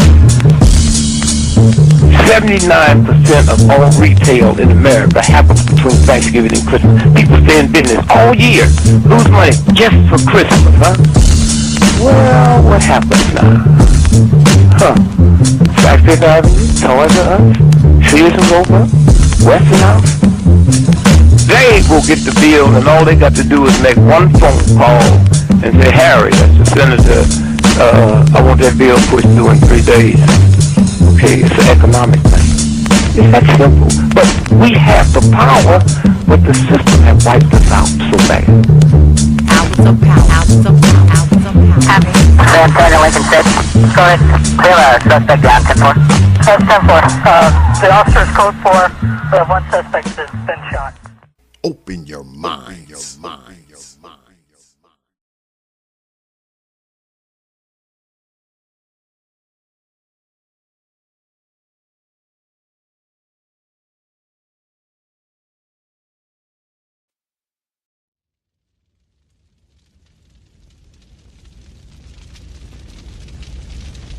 Only from T.P.O.T. Media. Open your mind.